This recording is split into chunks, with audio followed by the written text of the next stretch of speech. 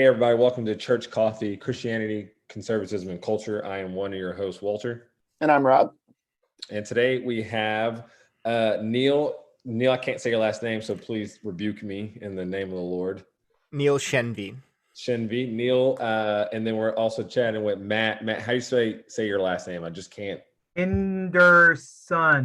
Henderson. Okay, awesome. So, hey, Neil and Matt, what are y'all's favorite coffee and or beverage of choice?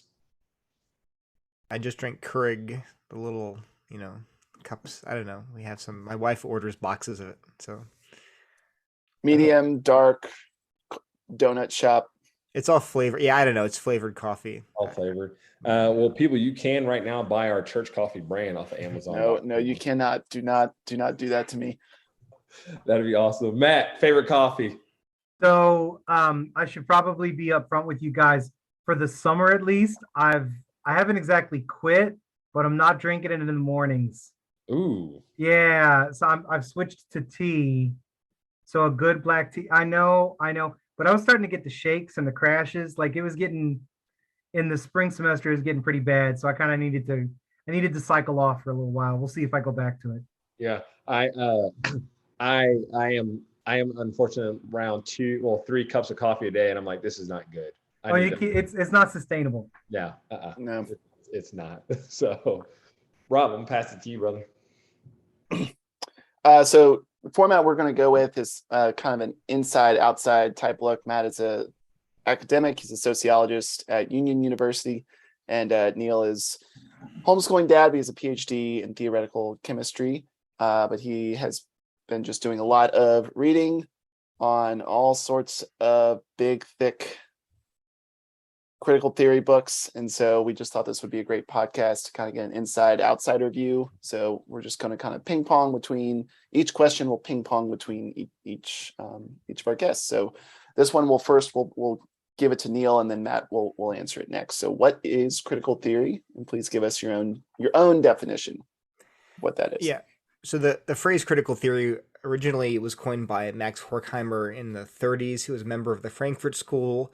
And when the phrase is used to refer to the Frankfurt School, this is a group of sociologists and philosophers working in Germany in the 1930s, and they moved to the US later, fleeing the Nazis. It's often capitalized, capital C, capital T. So that discipline was trying to apply Marx's theories more broadly than just economics to things like the culture industry.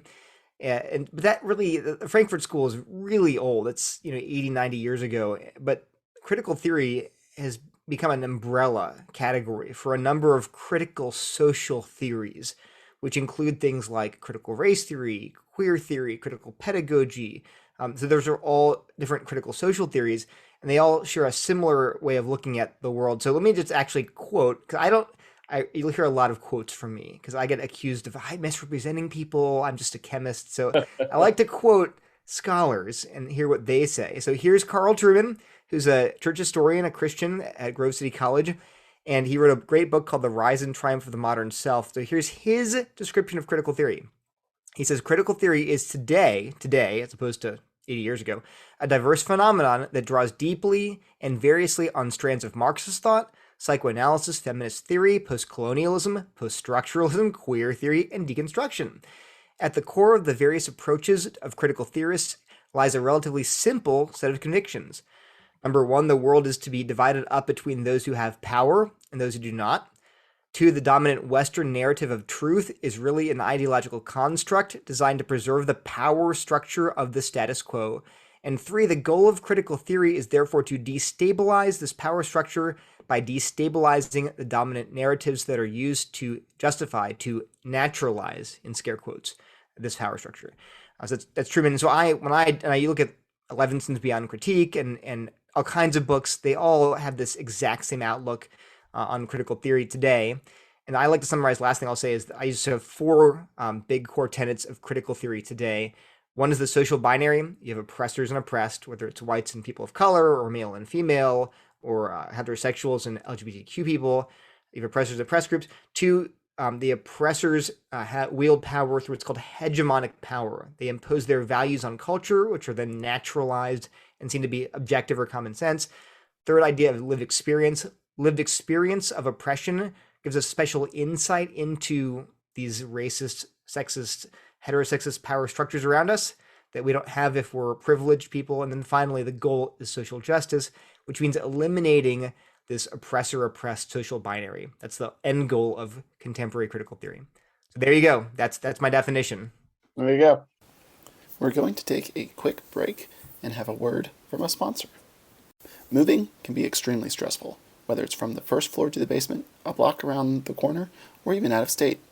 At Monticello Moving Company, they are able to take that stress away and bring you to the exciting experience that moving has to offer. Monticello Moving Company is a full-service, one-stop shop when it comes to moving, packing, and or storing. Having grown up in the Charlottesville area, they are dedicated to the community and to their customers. They strongly believe in exceptional customer service and treating customers just like family. With that, they are proud to say that they are locally owned and operated to make sure they do not lose that family touch. Next time you need help moving, packing, or storing, give Monticello Moving Company a call at 434-409-5485. Again, that's 434-409-5485, or email them at monticellomovingco@gmail.com. More of their information is found in the show notes. Give them a call and join their family today. Matt, anything to add, change, or just comment on your own? Yeah, I'll add a little bit. I actually think that's a pretty succinct summation. But I've been thinking about this question for a while now, especially trying to make sense of my own relationship to these theories, and especially since there's so much Marx at the heart of sociological theory. Really trying to connect it, and a lot of times people sort of kind of lazily say these are just Marxisms, or this is just Marxist thinking, without necessarily knowing what that or indicating what that means. I actually think it's helpful to maybe understand the conditions that some of these guys, particularly the Frankfurt School, Horkheimer, Adorno, some of the guys that were mentioned at the beginning, what they were responding to. And I think doing so kind of makes a little bit more sense of what the overall school of theorizing is. Effectively, with Marx, writing in the 19th century, he predicts that a set of things was going to happen, that the economic system would collapse under its own weight. Capitalism couldn't sustain itself, that too much capital and power would accumulate at the top. Then there were some really gnarly, radical world historical events that Marx sort of predicts would happen. And these were going to be the things that precipitated the revolutions, and they didn't really precipitate the revolutions. History kind of went squirrely on some of these guys. And so specifically the Russian Revolution, the Long Revolution, not just the Bolshevik Revolution, World War I in particular, and then the rise of fascism really caught many of these Marxist thinkers kind of adrift. And so critical theory really emerges, I think, as an attempt to deal with a pressing crisis that many of these thinkers were feeling, which was we have this sort of system that explains the way things are and what's going to happen, and it hasn't really happened. In fact, things seem to be getting worse. And so I think they wanted to update Marx and try and figure out, okay, that kind of Neil's point at the beginning of how they extend Marx, because they're trying to figure out, okay, the economy that we're living in isn't quite the economy that Marx was talking about. And the culture that we're living in wasn't quite the culture that Marx was talking about. And the way power has centralized and fragmented sort of simultaneously, things have gotten weird.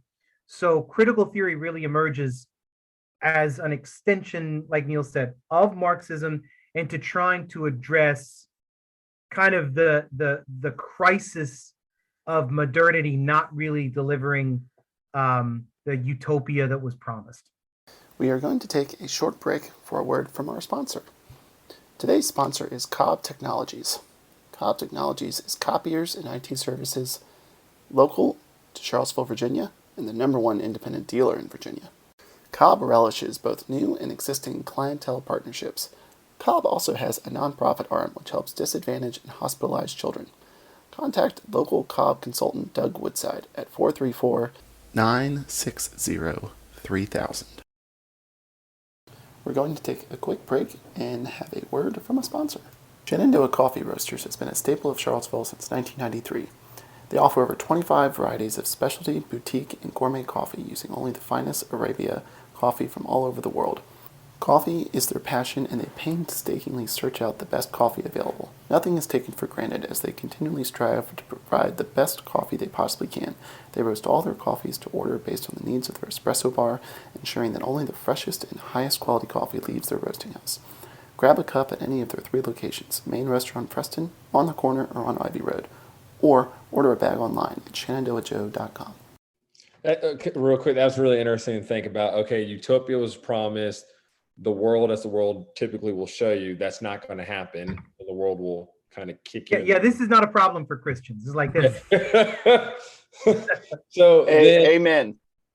Right. So then the world, and so now they're having to try to be like, what just happened? How are we going to make sense of this? And so Matt, then Neil, what is critical race theory? Give your own definition and give us a little intellectual history, or you can just give me the 3 bullet points and be like a good evangelical. Real quick, do Catholics, when they do their sermons, have 3 bullet points, or are they? No, those are homilies. Good point. Okay. And so how is critical race theory connected to critical theory? Do you want me to start? We'll go first. with Matt, okay. and then Neil. Yeah. So my sense, honestly, is that the connections, it's not a straight line kind of genealogy. Some of that might be, so we get critical theory in kind of this nice, neat package because, Marcuse and Adorno and Horkheimer were working sort of together in the same spaces. But these ideas, of course, they were very influential. But we're talking about a school, just to sort of place it in history. They really start to get going in the 1930s, and then they flee to the United States and sort of have, I think, some of their most influential work in the United States in the 1950s. These ideas, then once they kind of get into the academy, they just kind of start becoming everywhere and nowhere as they filter into all these different departments. They get connected to the counterculture and to the emergence of the new left in the 1960s and 70s. So they kind of emerge, and my read on it is they kind of take on a life of their own in various other disciplines, including my own sociology. And from there, you start to see some new different kinds of critical theories, kind of like Neil mentioned in his first answer. These kind of emerge with the momentum on their own. So they're not necessarily critical theory in the way that the Frankfurt critical theory school, I mean, they're clearly influenced, they're clearly starting from that, but then they go and borrow some other thinkers and some newer ideas. Okay. And they're kind of off and running, and they do kind of start to get specific with a particular social cause or agenda that they want to concentrate on, which is why queer theory would be different than critical race theory. Got it. Neil.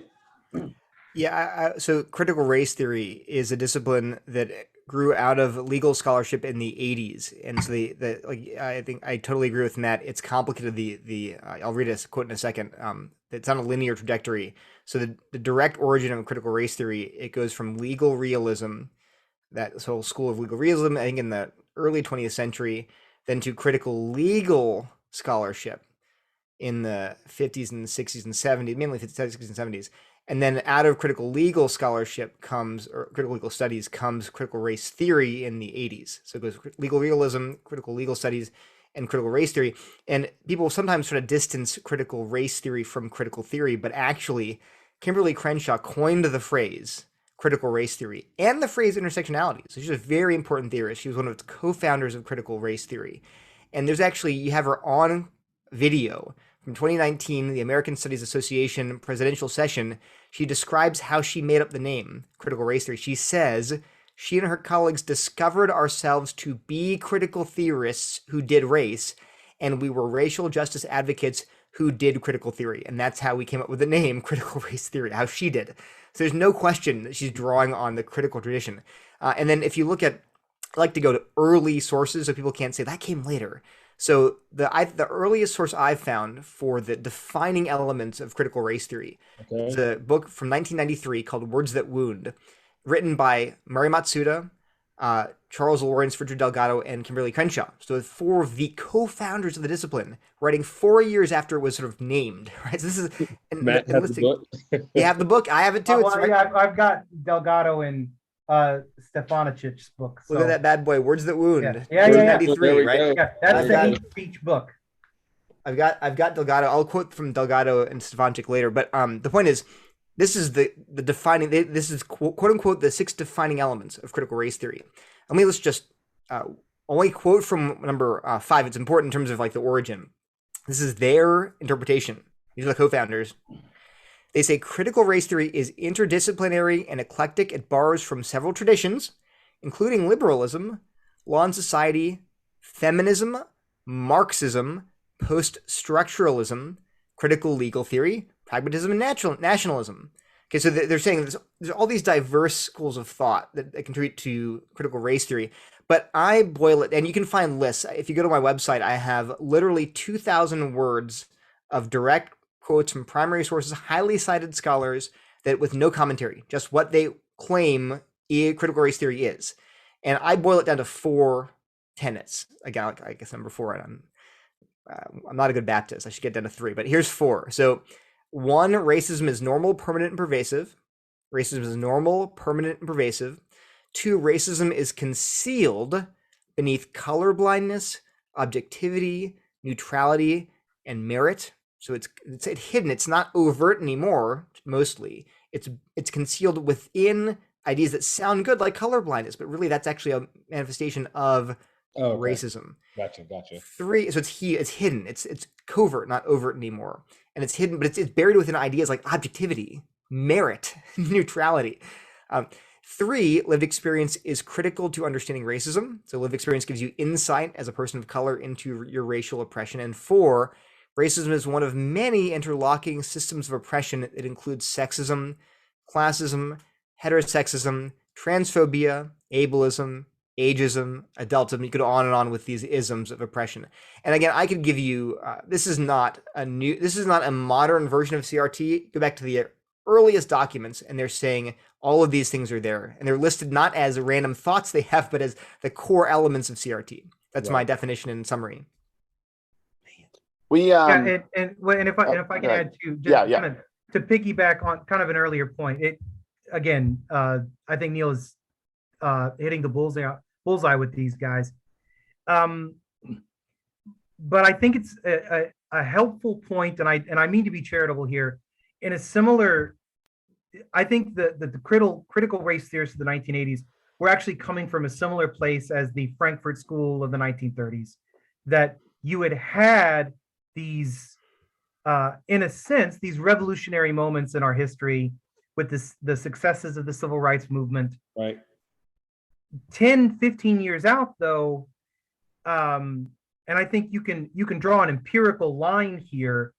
It was hard. It was difficult to see broadly and structurally how those revolutionary moments were changing wholesale outcomes for particularly Black Americans as a group. And this presented a theoretical crisis for these thinkers. Those who were predisposed to not trust the outcomes because they might have had their own preconceived issues with liberalism, but it wasn't just that. There were people like, okay, hold on, we expected better things to happen. What the heck is going on? And that puzzled a lot of thinkers, right? So Shelby Steele, for example, who's definitely not a critical race theorist, no, and would be critical of that school. He's also trying to write, and he has a very different answer to that question. But that question of, wait, why are things stagnating or maybe not getting any better? In some cases, by some measures, even getting worse. This presents a difficult theoretical question that kind of demands an answer. And I think for the critical race theorists, they really get going with the tools in their toolkit, and critical race theory really gets a momentum. And Neil's also right. It's a legal theory, right? It doesn't really become. We're still some time before it kind of becomes first a broadly interesting theoretical body for other disciplines in the academy, and then kind of a boogeyman for the new American right. So, but we're still a few steps from that. I think that this dynamic of trying to critically answer with suspicion, like a hermeneutic of suspicion, that the Enlightenment, liberalism, we don't trust these things. These aren't ours. We're going to get to the bottom of what's actually going on here. And Neil, you meant I recognize, and I feel like a lot of people may or may not at least orbit around some of those definitions that you mentioned, but I wonder if each of you could try to define off the top of your head post-structuralism for me.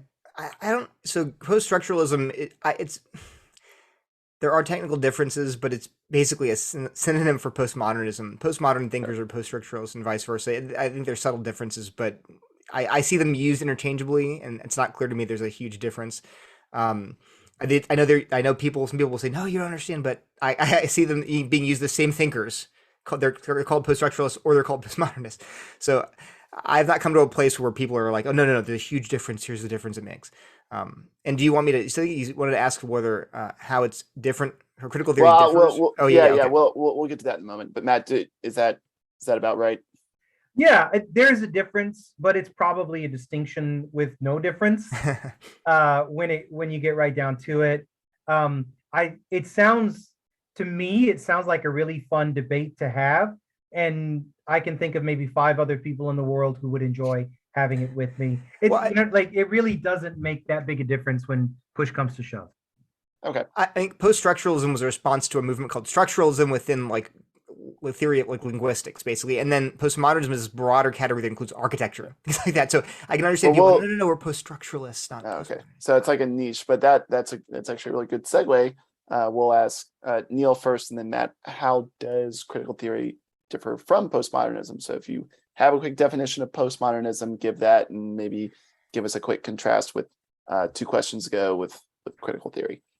Yeah, this is super complicated. So critical theory again is great. Incredibly. It's very so. Critical theory is an umbrella category already. It includes many critical social theories. So, and some are much more heavily influenced by postmodernism than others. So, queer theory and colonialism, or post-colonial theory, are heavily influenced by postmodernism, whereas critical race theory as a legal discipline is influenced by it, but less so. And you'll see Crenshaw will actually distance herself from postmodernism in her seminal essays on intersectionality. So the point is, you can't just be like, how do you relate critical theory, this huge category, to this other huge category, postmodernism?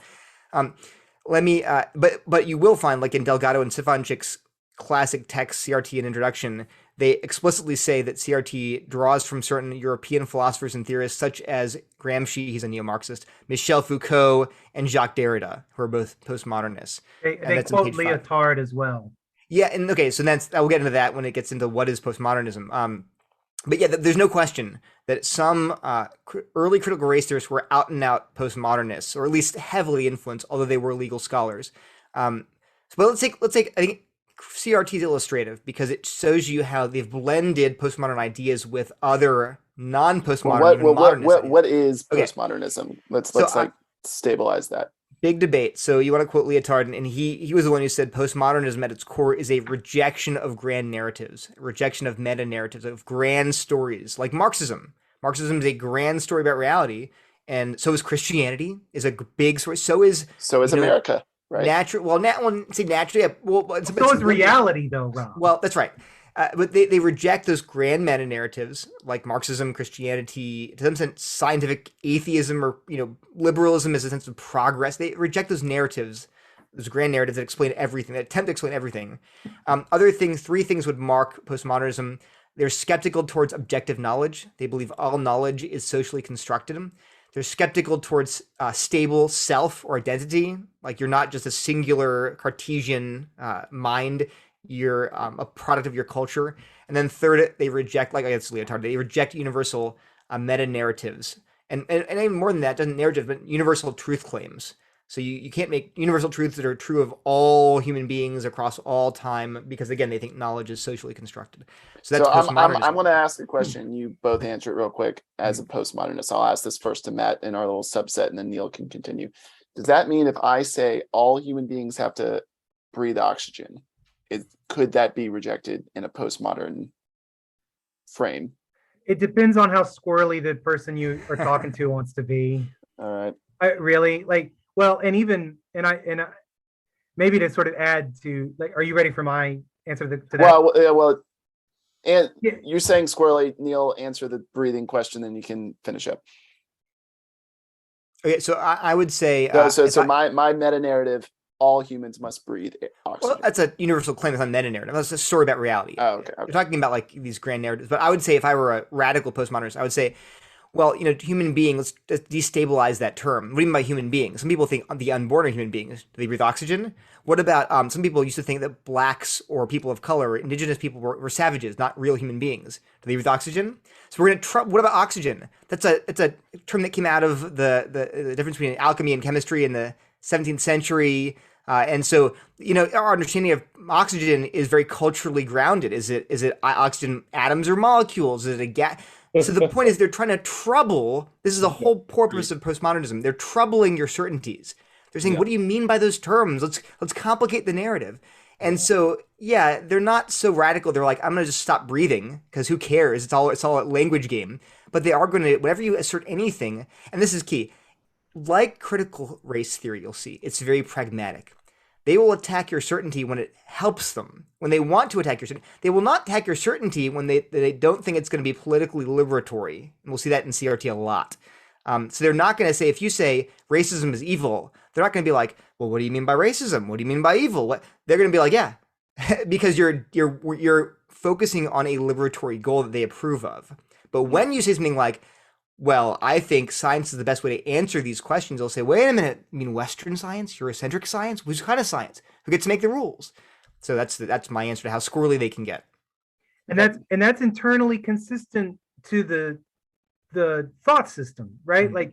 Like this is not predicated on a kind of enlightenment, objective, sort of scientific or scientistic even. I mean, it's not interested in objective truth.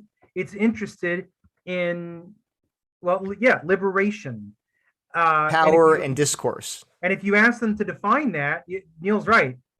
Stop trying to construct. I'm trying to deconstruct here. Right. Mm-hmm. So postmodernism. Boy, is it complicated.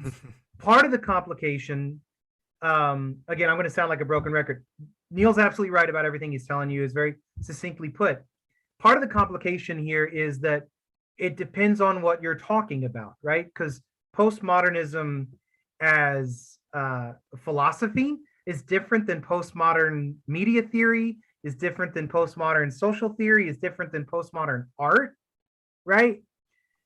Is different than postmodern advertising, no kidding. Like it's all, it's so broad.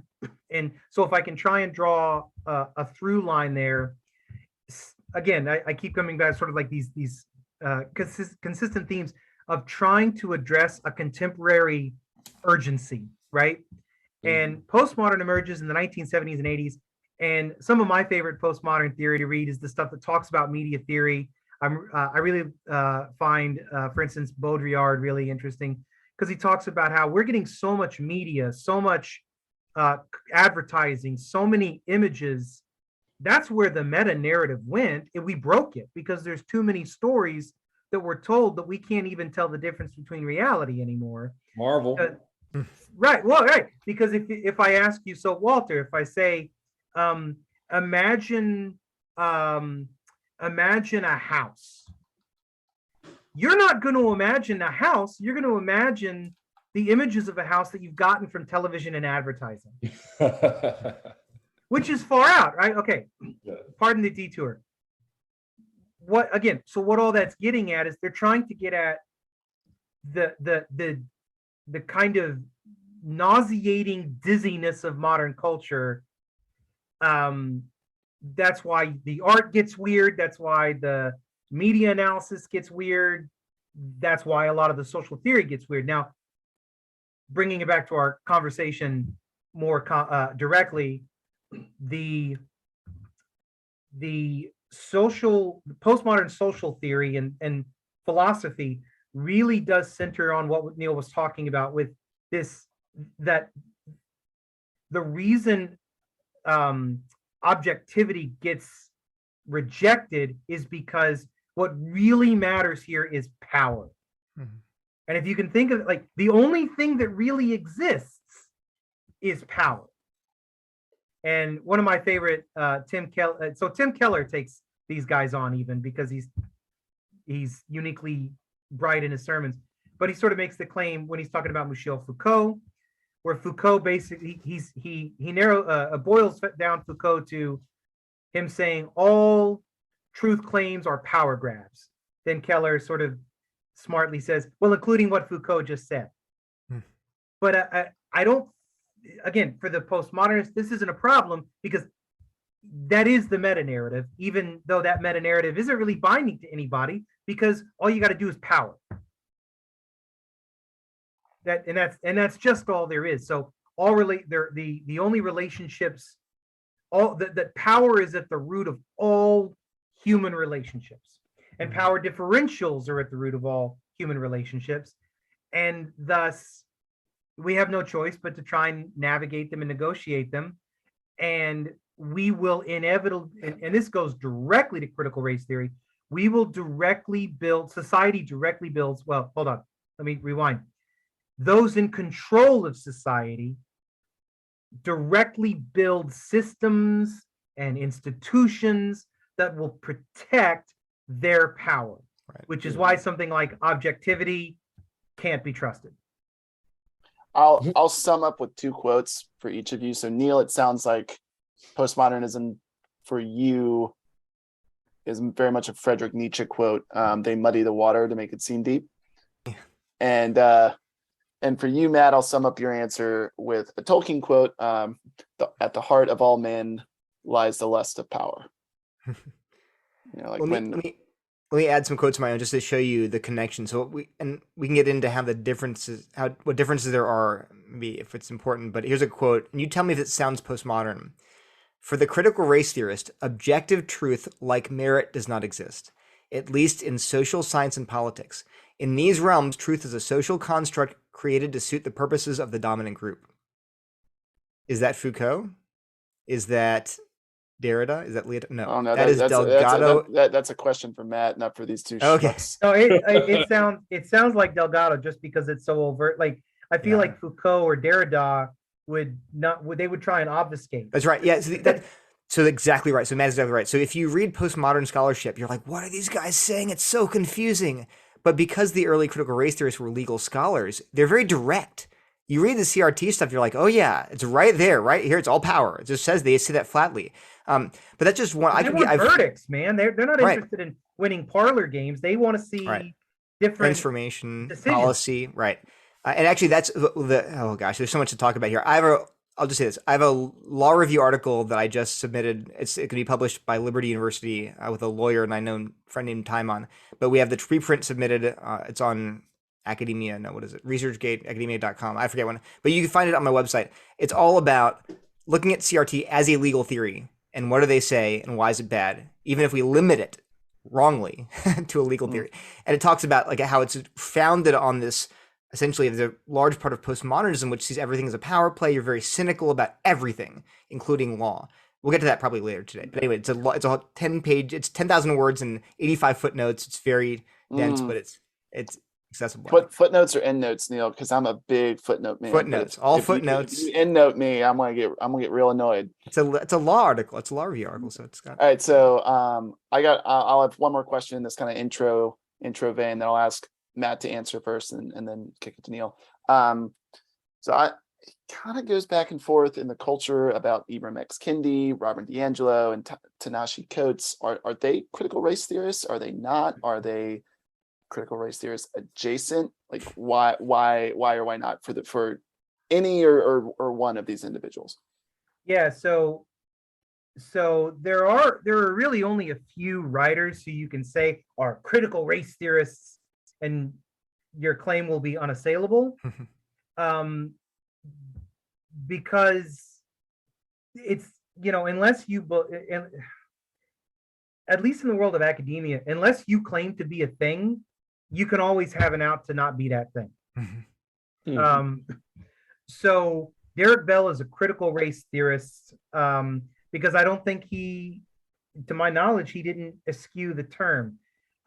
Same with Crenshaw. They're doing work to sort of put themselves in this school of, it's a school of theory, and I'd say research. It's research. It's just not really scientific research, and I don't mean that as a insult, because they're the ones who seem to think that empiricism is pejorative. So somebody like Kendi for sure is influenced. Well, Kendi and D'Angelo are both influenced, and that's probably the word I would go to. They're heavily influenced. If you're going to say, are they or are they not? I feel like it's, I don't know, it gets us down the rabbit hole of, I mean, it's kind of like saying, am I a Marxist or not? Guys, I don't think I'm a Marxist, but I've been influenced by Marxist thought.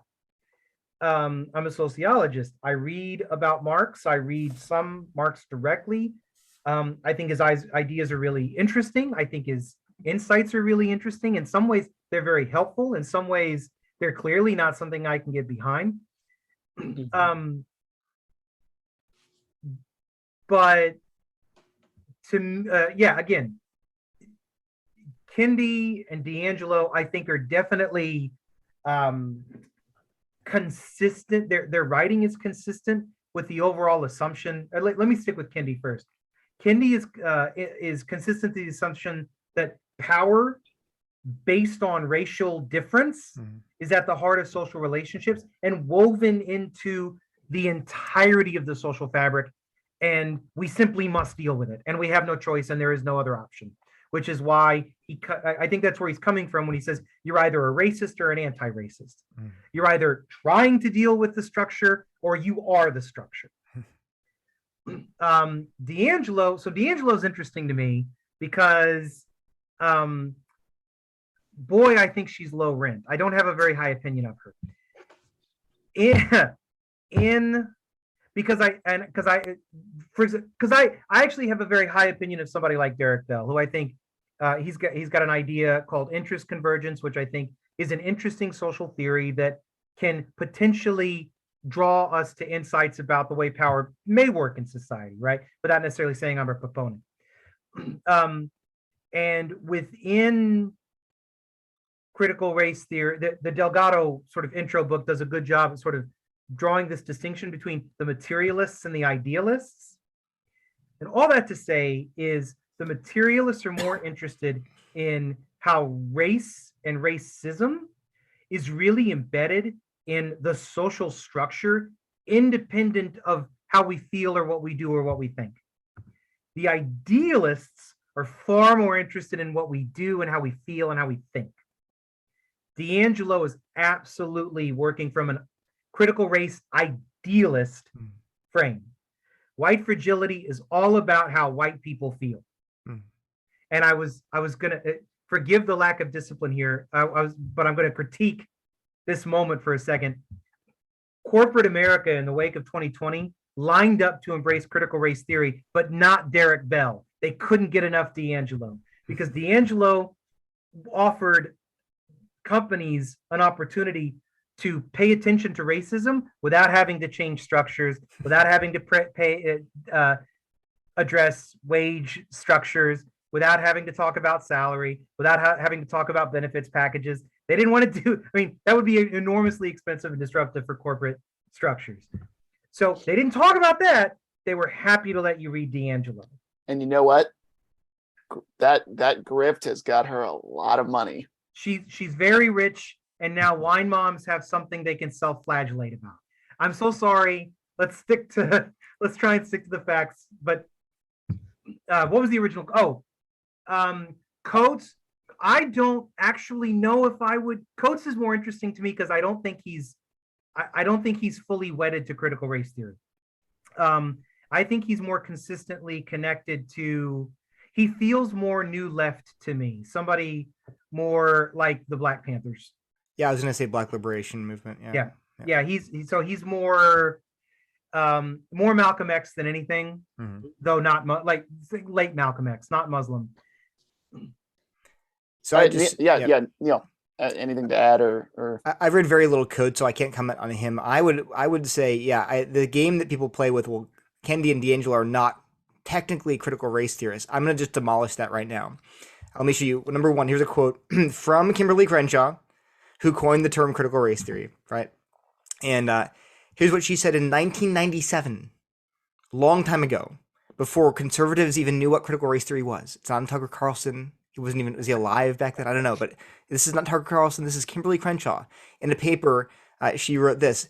I think it's called The First 25 Years the first decade of CRT. This is a long time ago. She says the name critical race theory was now used as interchangeably for race scholarship as Kleenex is used for tissue. That's in 1997. So liberals, progressives are already using CRT to describe race. And to some extent, she's critiquing that, I think. But she's also talking about, I think, how widely spread the ideas are.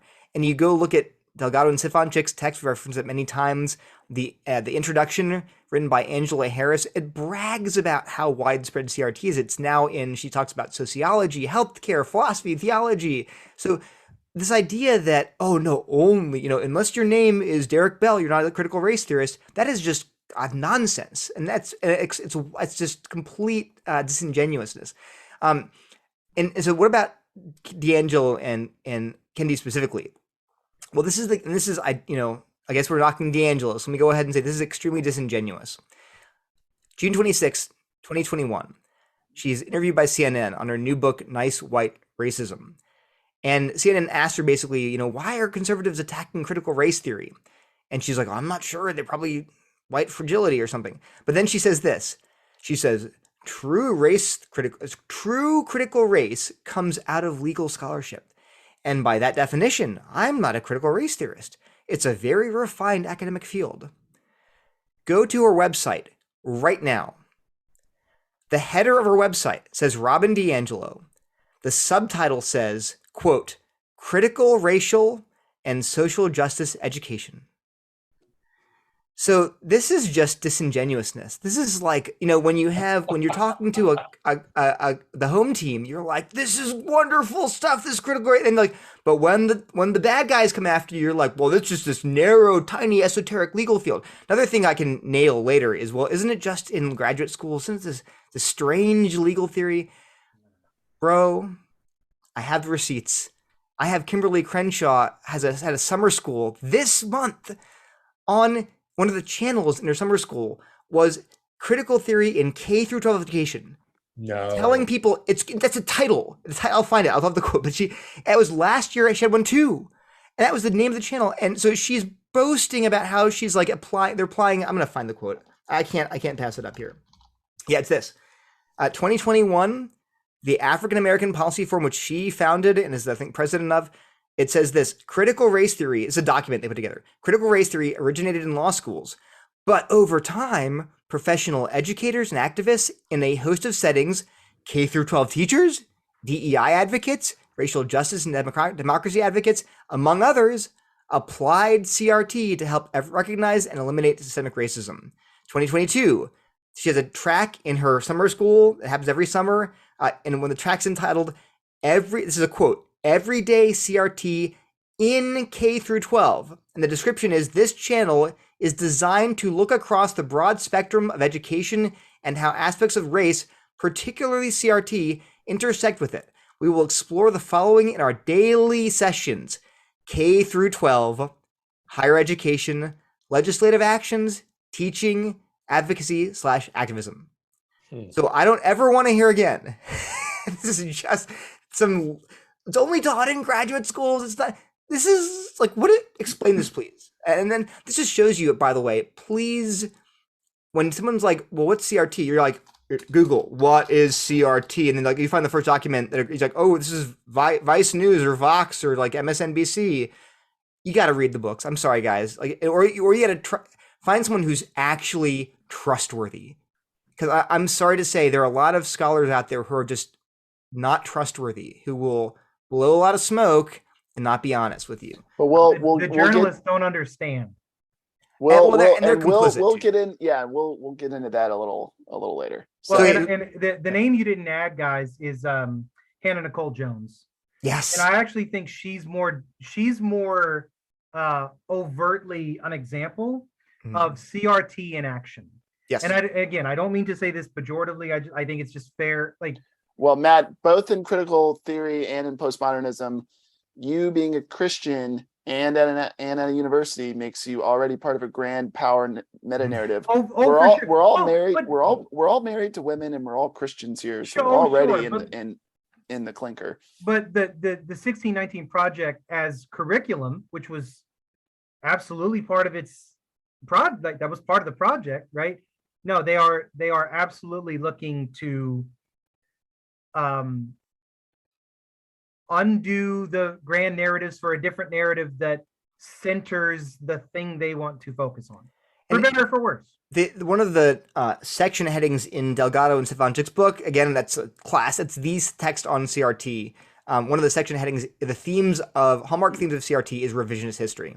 That's one of the hallmark themes. They go back through history and retell it from the perspective of the marginalized. But here's a good quote. This is from the best book that I know of on critical race theory is not Delgado and Stefanchik, which is already a little outdated. The best one is by Kiara Bridges, who's a UC Berkeley law professor. She was actually just went viral on Twitter a month ago because she was the one who gave testimony for Congress in front of Matt Hawley on What is a Woman.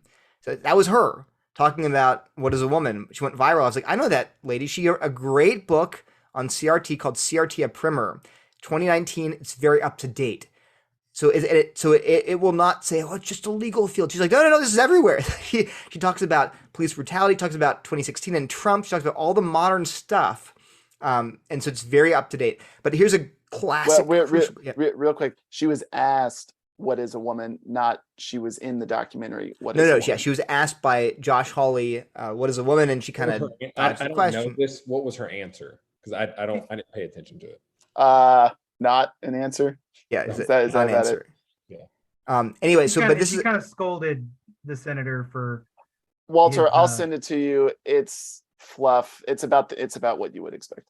Okay, cool. But here's the quote. So page 229. This is crucial because this is the question to ask. She says this: there are a significant number of materialist analyses of race out there as well, by self-identified critical race theorists, as well as those who might not identify as such, but listen now, but who produce scholarship that undoubtedly qualifies as CRT.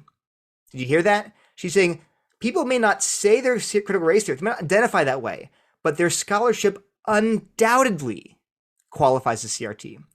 That's the category. But I have other quotes, by the way, from Kendi, who says things like intersectionality is crucial to my writing, which it absolutely is. He talks about, I have a quote here from him, but it talks about an interview with, I think, Slate, saying, I've been inspired by critical race theory.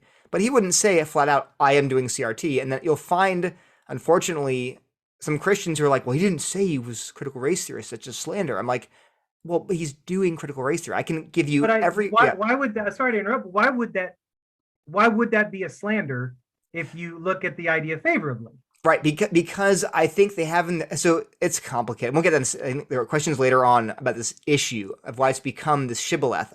I kind of know, but I agree. Like, just why play hide the ball? Like, just say, yeah, he's clearly doing critical race theory. He clearly is. Now let's talk about whether he's right or wrong. I'm totally. I'd love to people to be honest like that, but instead they have to play this semantic game where they're like, that's critical whiteness studies, and even the scholars do it. Barbara Applebaum has a book called Being White, Being Good, which is a horrifically bad book. It's worse than believe it or not, it's worse than White Fragility. I have some quotes here if I can share later. But the funny thing is, in that book, she's like, well, what am I doing here? Am I doing critical whiteness studies? She's like, no. Am I doing whiteness pedagogy? She's like, no, I'm doing critical whiteness complicity pedagogy, which is totally different than critical whiteness pedagogy. And you're like, just call it critical race theory, please. Like this, all these hairs splitting is just, it's almost intentional. Like they can get around admitting what they're doing by giving it different names, which is Neil, silly. it's incentivized in the academy. Yeah, I know.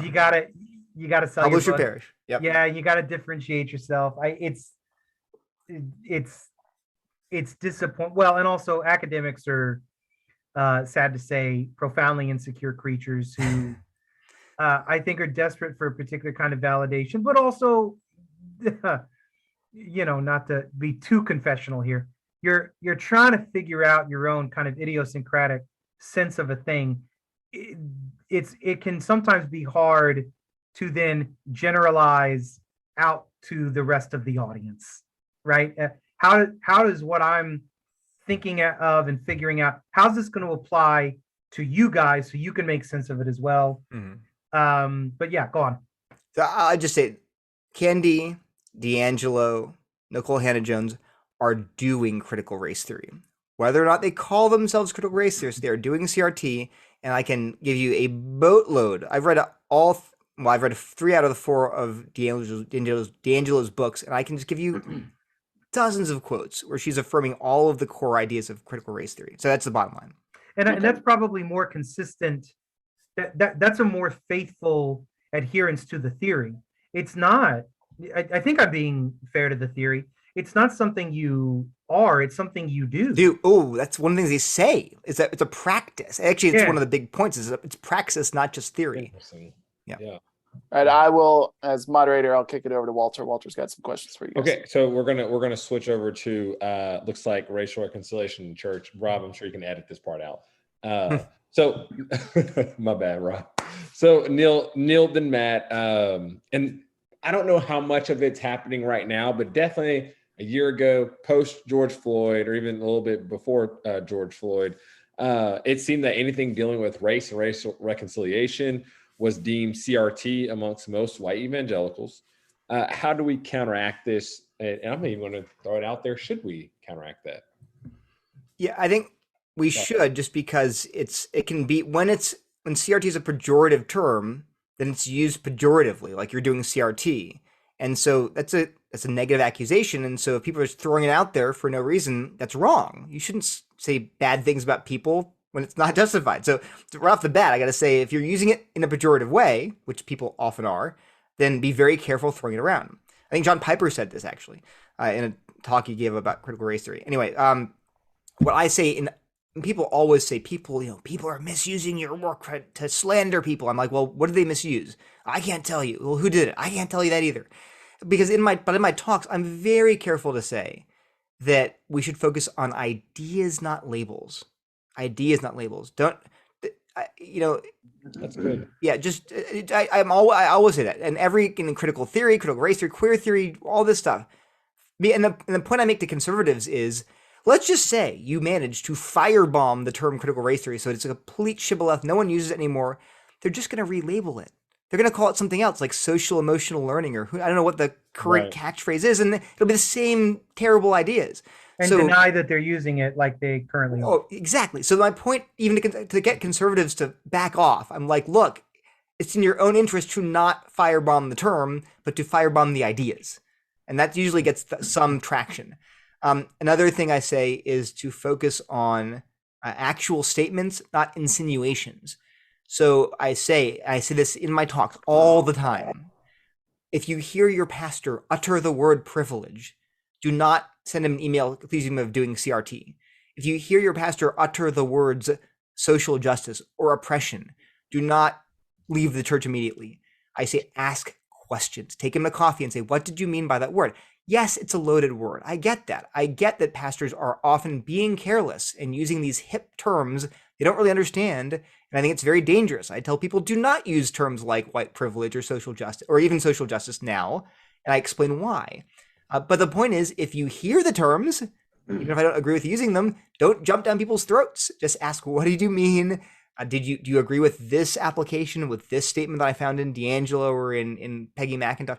So focus on actual statement, not insinuations. If you hear someone talk about race, say, I know where you're going with this. You're going to bring in, what are you talking about? What did they say? Tell me what they actually said, right? Not what you think is lying behind their talk. That's sort of, I would argue, an application of the Ninth Commandment or the Golden Rule. You wouldn't want people to look behind your statements. What do you really mean? Oh, you're opposing CRT. Are you really, or are you racist?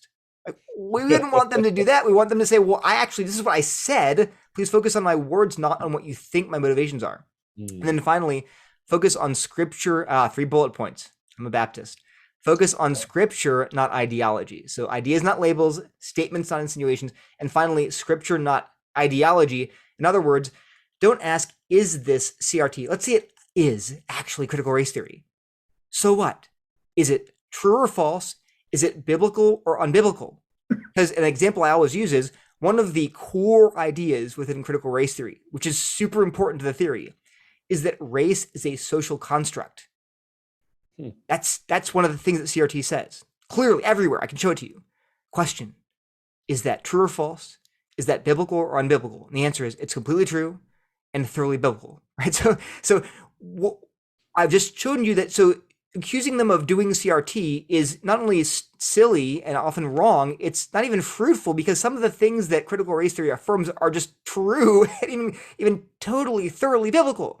So don't focus on what's your ideology. Just say, what do they say? And does it comport with scripture? And if not, why not? Show me a passage. So those are 3 things we can do. And I think that will remove, like, if we really did those, ideas, not labels, statements, not insinuations, and then scripture, not ideology, supposedly ideology behind their sermons, then those 3 things would remove like 90% of all the crazy slander and accusations that happen. Sermon number 2 coming up from Reverend Henderson. Oh goodness. Well, and I think Neil's got a pretty solid action plan. If you'll indulge me for just a minute, Walter, you know me pretty well, so you know that this question is personally troubling to me, because you know about my own biography with the church and my own aspirations and hopes for a church that is racially reconciled. And I know we share this desire and this conviction. Something that has helped me wade the kind of troubled waters of the social sciences, and also doing the social sciences in a conservative place and being conservative amongst the social sciences, which is a strange place to be, where you never really feel that the waters are warm or cold enough. I think it helps, and it's something that maybe helps explain critical race theory a little bit better too. Again, why would they reject objectivism? They really, the theorists really do seem to put a lot of stock in narratives, but not meta narratives, but specific narratives. The stories that people have. Right now, where I think they go askew is they have the assumption that oppression is the thing that actually allows you to see reality for what it is, such as that can happen. And so the more, this is where when you add this to intersectionality, the more multidimensionally oppressed you are, the better you can see reality. So your narratives are elevated. Yeah. For Christians, we actually care about narratives an awful lot too. The Gospels are not tracts of social theory. Thank our Lord Jesus. They are accounts, they're testimonies, they're narratives. And the stories resonate, because I think we are storytelling creatures. I think it's part of how we were created to be. How this then gets applied, and I think especially if you add this to, if I may be so bold to try and add addendums to what Neil was saying, if you can sort of keep those principles in mind and then add to them charity and virtue, which you're supposed to be doing anyways, right? As a follower of Jesus. And you start talking to someone, don't look at them as an avatar for critical race theory, because you really aren't treating them with their full humanity if you're doing that. In your individual conversations, in your Sunday school classes, that's never been how we are not commanded to treat each other this way. The epistles are very clear. You're supposed to be long suffering for one another, and you're supposed to be drawing out the work that the Lord is doing in them as also a way for the Lord to draw out the work he's doing in you, right? That's a word. That's a word. And so, and I say this especially because, okay, so part of it is a symptom of our media ecosystem. Every morning I get on my news aggregator and I look at stories, and I'm drawn to the ones that are going to make me go, these morons, what are they doing? When are they ever going to figure it out? I do that, and inevitably that takes a toll, and it's just such a natural thing for us to start imagining these boogeymen and these avatars. The more critical race theory has been in our popular media, the more I have turned it into a boogeyman, even myself, somebody who should know better, right? Yeah. It's a symptom then of not talking to people. And I'm very thankful that there are people in my life who are coming from different points of view, seeing things a little bit differently. Now, if they say they've given up on objectivity at a certain, I kind of have to roll my eyes and say, we do these things so that we can generalize. I bring my perspective and you bring your perspective. We try and generalize something greater than just our individual perspective. But you can do that. You can sort of dismiss that without dismissing the entire person, trying to draw out from that narrative ways that are things that are intellectually interesting, helpful, clarifying. But beyond that, and far more important, hopefully you can see the image of God in them. You're reminded of that, and you are ministering to that person in the way the Lord is asking you to. So I come back to charity and virtuous treatment of others, especially our brothers and sisters in our churches. Practically, what I'd like to see, I'd love to see more multiracial churches, but this seems to be a time where that's even more fraught. Multiracial churches were hard enough in easier times, but I do think that there's a lot of space for inter-congregational participation. And I'd love to see more black and white churches, predominantly white churches, predominantly black churches, just share in nights of worship, because it has an effect. And we were talking earlier about, what is it, CRT or is it not CRT? CRT just being this sort of niche legal theory. I agree with Neil that it's disingenuous. And partly why I agree that it's disingenuous is because that's not how ideas work. Ideas don't work in your little silo and never leach out, nor would you want them to. Ideas are interesting because they have this applicability and this ability to draw new insights. I think a similar thing can happen, again, if we approach our own praxis and fellowship and share in the gospel together. I think, I don't mean to treat it as a panacea, but it can only help. And I think it does a lot of good. Yeah, that's the word. So from the church to politics, let's go Matt, then Neil. What role, if any, should critical race theory play in politics? I don't know. Who do you want to vote for? Whether it should or shouldn't, I'm going forward, I can tell you that. Yeah. Look. I don't know if y'all got that joke. Never mind. It whether it does or it doesn't, right? If your fellow citizens see the world this way, then these are the citizens you have to negotiate building and maintaining a country with, whether you like it or not, right? I would prefer that CRT be a decentered political movement, because I think it's divisive and corrosive to Republican functioning. And I think it helps it's not alone in this. I don't want to be misheard on this. But since you asked about CRT specifically, I don't think it's particularly helpful at building healthy political coalitions. Right. It seems very good at eroding and undermining effective political coalitions.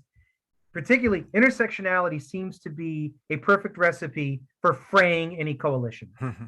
This is the way to make a circular firing squad.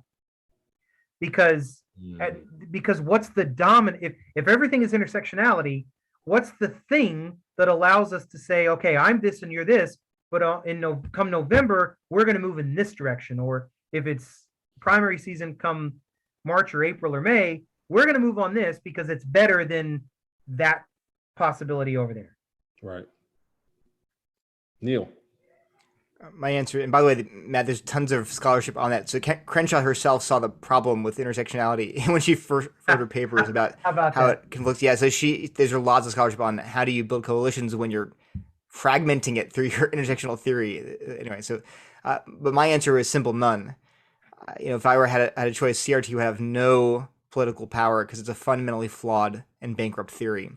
Now, and I have a whole paper, a law review paper on why that's the case. But, it's like if you reject objectivity and you see law as merely a tool for imposing white supremacy on the populace, right? I don't want you anywhere near the levels of power.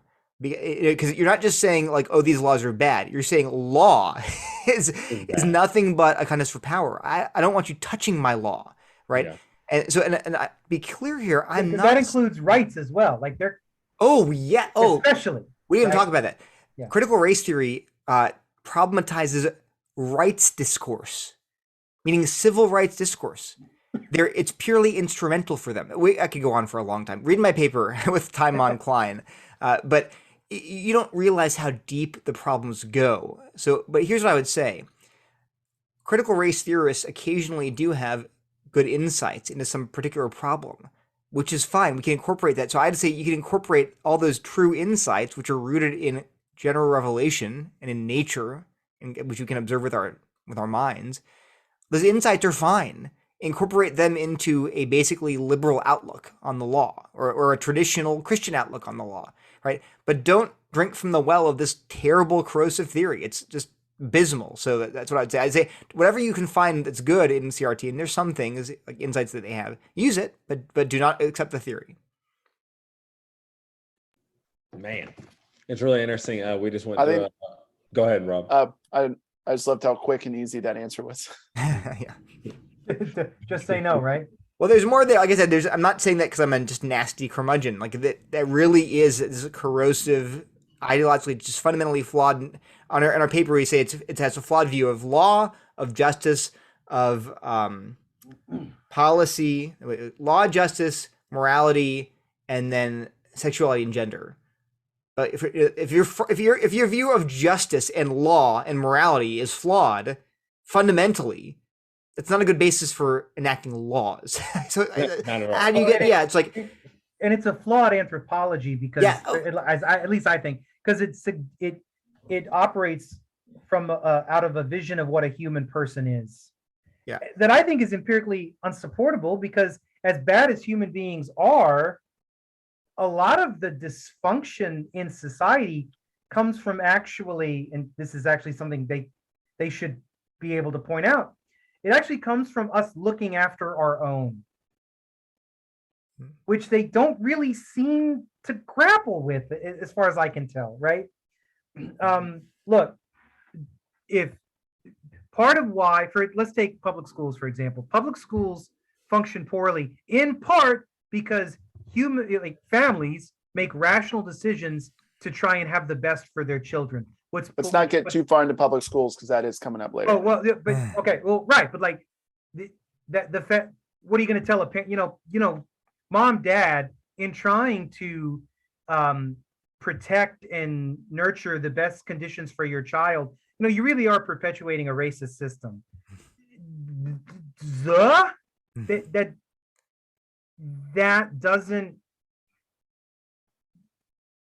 just doesn't make intuitive sense to the way human beings, I think, understand the nature of their relationship. I can't say that that's a racist decision because I want my kid to go to the best school that is right for them. And regardless of where they go, I want them to be the hands and feet of Jesus. Or not go to school. Wait, what? Well, I mean, not like primary school or secondary school, but I mean like college or something, right? Like they don't.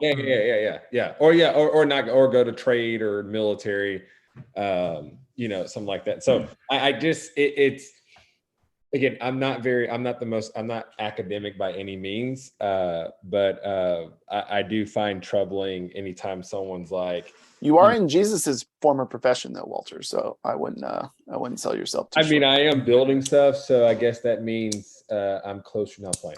God, my jokes, I need to stop. So hey, let me ask my next question. Okay, so Matt then Neil, is CRT reverse racism? Said another way, does CRT promote a racial discriminatory hierarchy, ranking of most oppressed at top? Let me say this. A couple of weeks ago, I was like, Talia, it's so crazy. I feel that as a Black male, if I was to be in the Democratic Party, I would have no voice.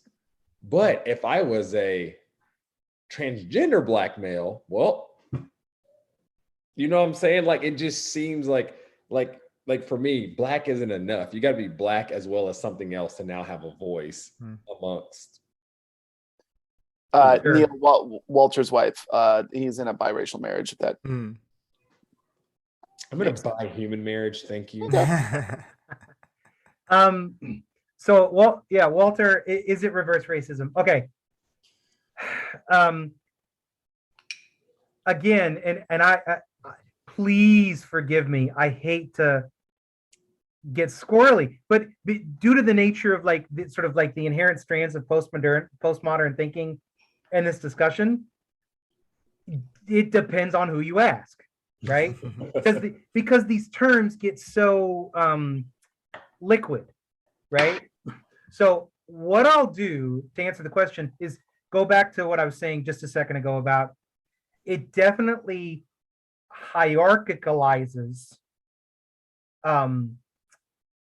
the situatedness of your oppression, right? So if you're, or another word for it is standpoint theory, right? That comes out of feminist theory. That if you're, how oppressed are you? That helps you see reality. So if you're a woman, that gives you more view on reality than a man. What if you're a gay man? Well, now we can, maybe you can run some numbers. But if you're a gay woman, well, okay. So the most intersectionally oppressed you are, right, then the better you see things as they are and thus ought to be. By that definition, white, straight, male, rich perspectives are inherently denigrated because they are thought not to be, like, those are the blindest perspectives. And thus, they have the most privilege, therefore they must be denied the most, they must be the most denied audience in the conversation towards liberation. But and in that way, I think it does create these kinds of perverse counter discriminations where, just for instance, my being a straight white male did hurt me when I was on the job market as an academic. You're right. I don't mean to say, therefore, I'm as oppressed as a Black lesbian. No, not necessarily. But yeah, there were in the academy where this kind of perspectivalism is elevated. The fact that I was a straight white guy made me, number one, it made me boring and uninteresting. Hiring another one of me wasn't going to win anybody sort of, brownie points, right? Right. So, I don't know how else to call that. I mean, that's a discrimination, right? Right. It is a structural disadvantage. And it is a structural disadvantage that is set up by the tenets of this theory. But Well, something to your point, I have a friend that graduated a few years ago with his PhD in sociology from University of Virginia. His parents were immigrants. He's Chinese. He's a man and he's East Asian.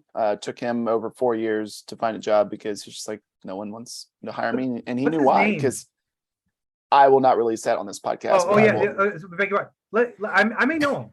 Yeah. All right. Well, then we will talk in the green room after this. But perfect. Yeah. To your point, and he even acknowledged that in a talk one time. I was like, so how's job market going? It's like, I'm an Asian male. Like, I'm the second most least desirable in academia besides a white male.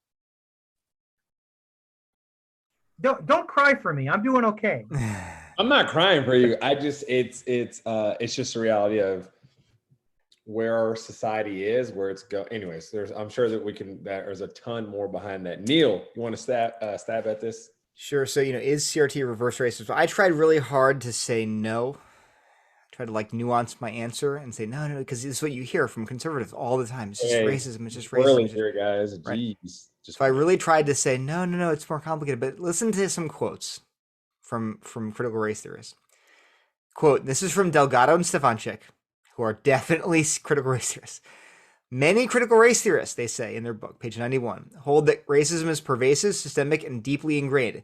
If we take this perspective, by the way, that's not many, no, all. They're trying to nuance this. It's all. That's what CRT, one of their core tenets is. If we take this perspective, then no white member of society seems quite so innocent. Here's Sandra Bartke quoted in Applebaum's book, Being White, Being Good. On my view, Bartke says, I am guilty by virtue of simply being who I am, a white woman, born into an inspiring middle-class family in a racist and class-ridden society. D'Angelo, page 149 to 150, White Fragility. A positive white identity is an impossible goal. She goes on to say, to be less white is to be less racially oppressive. That is such garbage. But I can go on and on and on. Okay, this is not. You go to my website. We should, by the way, for anyone who just jumped into this, Walter is a black man. Neil, I believe you're half Asian. I'm half Indian. Half Indian. Indian from the subcontinent. Walter, I'm gonna make you even more angry. Matt and I are boring white guys. So I'll make Walter even more triggered. She several times in her books and her papers says the question is not, did racism take place, but rather how in this situation did racism take place? She says racism cannot be absent from interracial friendships. That's going to make this podcast really awkward going forward, Walter. So I asked the question, and this is just numerous times in her book, is what does it mean to be white? In a book on a paper on nursing, whiteness and nursing education. So this is not a one-off thing, she says. Right. And I asked, how can you imagine? I mean, like you said, you're a biracial marriage. My parents are interracial marriage. Can you imagine an interracial marriage in which you literally believed that the question is not, is this racism, but how was it racism? You cannot, you talk about, we're going to have, there were evangelical churches recommending this book to guide us in racial reconciliation. I'm like, this is insanity. Yeah. This is pure poison. Anyway, so okay. Now I'm trying here's my nuance. So all that stuff, you read that if it were about black people, blacks, to be black is to be racial, to be oppressive, to be, you'd be like, that's just straight up racism. Okay, now here's my nuance. When they say that, they will often immediately say, we're not making judgments here, right? We're not saying you're morally evil. We're not saying that. What we mean is not that when we say you are all racist, what we mean is that you are part of a racist system. When we say all whites are racist, we mean whiteness is oppressive. There's a book by InterVarsity Press called Can White People Be Saved? And you're like, what? And you read the book, they're like, well, we're not talking about white people, we're talking about whiteness. And you're like, well, the title says white people. But they're going to nuance it. So the point is, they're going to try to, again, back their way out of these incredibly racist sounding things by saying we're just talking about systems here. But here's the point. So all that's like. But if that were true, if it was just about systems, then why do I need to read the rest of D'Angelo's book talking about how I'm supposed to behave? So okay, and there's lots there. I go into this in my talks and my writing where this just doesn't work this way. But I'm trying to explain. I'm going to be charitable. This is what they claim excuses their language. Okay, but here's the thing. Let's say so. But you can say no when people say, well, critical. Conservatives are just making things up. They're straw manning this stuff. I'm like, look, I've read enough to know that people say things like this a lot. These are the scholars. Forget the average Twitter user, what they say. But here's the thing. What about scholarly, pure critical race theory proper as a legal theory? What do they say? One of their core tenets or core themes is that we have to reject procedural equality, meaning treating everyone the same. The whole distinction between equity and equality is centered on this distinction between equity. Equality means treating everyone exactly the same. Right? It's just in diagrams, figures, talks, lectures, books. Whereas equity, which is their term of art, means treating people differently. And that is okay. And that comes right out of critical race theory scholarship. And so they are totally open about they're going to treat different groups differently because in their mind, that's how they rationalize it. I'm a steel man, their argument, making it as strong as possible. Imagine that it's 1945. The U.S. has just liberated the concentration camps in Germany, right? And in the midst of that, you have the survivors coming out of these camps in Poland, in far-off regions in Germany, and the U.S. government says, we're going to open up the U.S. truck convoys to give free transportation to Jews only who are returning to their families, right? Jews only. Could someone say, well, that's just racism? How can what about non-Jews? Why can't non-Jews use the U.S. truck convoys? It's not fair. You're just blatantly discriminatory. No, that's ridiculous. Why? Well, because the Jews were forcibly removed and slaughtered in the millions and brought to these camps. And of course, they're the ones who then need transportation back to their families if they're alive. It's not discrimination. So there's a case, and then here, wheelchair ramps. How come you have wheelchair ramps? Why can't you just use the stairs? Because they're in wheelchairs. It's totally fine to treat people in wheelchairs differently because they need access to the facilities that they can't get because they're in a wheelchair. Okay, so that's, again, equity. You say, well, no, we favor equality here. You can't treat them any differently than you treat people that are not in wheelchairs. That's ridiculous. We all say, how about free lunches for the poor? No. Give either everybody gets free lunches or nobody gets free lunches. You can't just give them to one class. That's all ridiculous. We see that there are cases when equity and not procedural equality are actually justified. And everyone agrees with that. Here's the problem, though. Is that justification for treating an entire race in 2022 differently? Is it really true that a black, Michelle Obama and Barack Obama's kids, do they need special treatment because they don't have white privilege? Do we need to weight their race favorably as opposed to some poor kid who grew up with illiterate parents in Appalachia, but he's white? So he has white privilege, but the Obamas lack it. So that's where the analogy breaks down. And you say, well, it's complicated, but here's the thing. It has real implications. And so a case that's right now in the Supreme Court, it's a case where Harvard and UNC are defending their admissions policy. And they're being sued by Asian students because they're saying, look, you claim that you're having this, it's race conscious, but it's not quotas, but it's still being fair, it's equitable. Here's the reality. Listen to this. This is from an amicus brief filed by the Asian organization. It's for Harvard. For applicants in the top 10%, the top academic decile, the percentage receiving this is basically they did this. If you look at Asians, their SAT scores, their GPA scores, and their extracurricular activities, like whether they play the violin, whether they're athletes, if you look at all those objective measures, if you let people in based on those measures alone, Harvard would be like 60% Asian. Asians are like the number one racial group, way more than whites, way more than Hispanics, way more than blacks. Top scores on tests, top scores on GPA, top scores on curricular. Okay.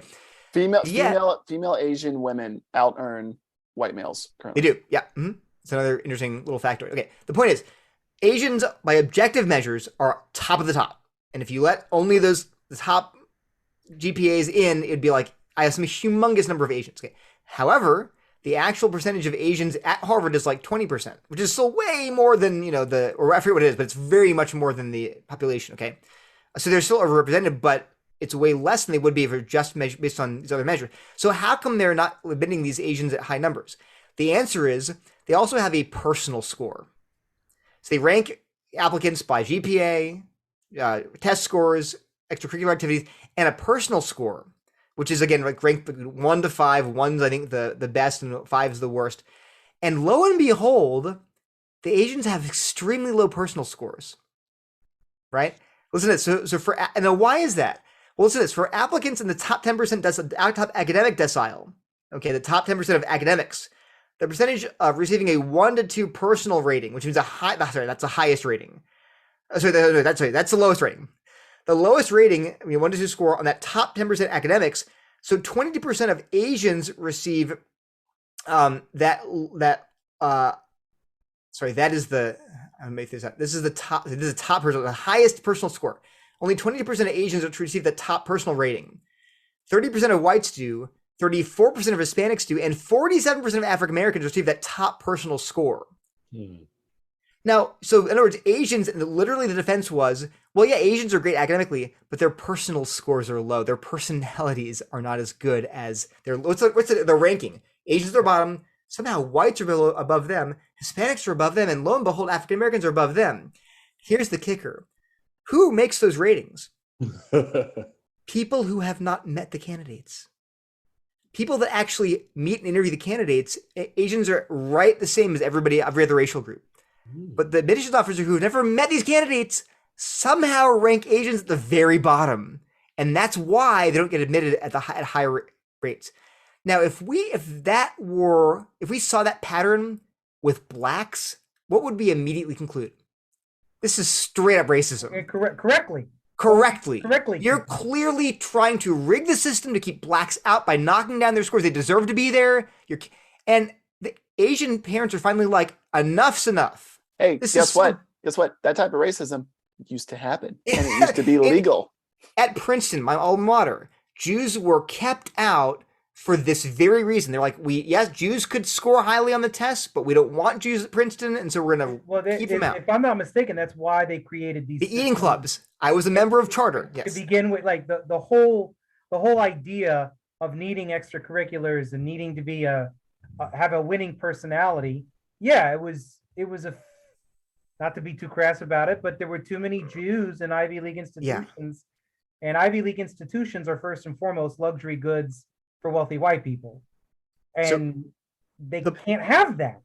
So look, so that was I know it's a long spiel, but the bottom line is, how can you not call that reverse racism? I'm sorry. I'm half Asian, and my kids are straight up putting white on their applications, or biracial, or other. But I'm not going to let them put Asian, because I know, frankly, they're going to face straight up racism at the top schools in the name of equity, in the name of progressivism. And if I were, pure Asian, I would be really upset. And I don't know anyone can honestly look at that data and say, oh, this is totally not racism. It is. And it's disguised, and maybe it's with good intentions. I'm not saying it's just evil. It's not animus. It's not. No one there hates Asians. But let's be CRT. Let's think in a CRT terms. The outcome matter, and the impact matters more than the intention. You might have great, wonderful, progressive motives, but it's still discriminating against qualified applicants because of their race. And again, this is not. I get to quote you from Paul Butler's paper, Racially Based Jury Nullification, where in 1995 he argues that black criminals ought to be let free because of their race in certain when they're nonviolent, and purely because they're black, because basically the system's racist. Therefore, we should just let guilty criminals, not innocent, guilty criminals, let some of them off because they're black, because they're just responding to white oppression.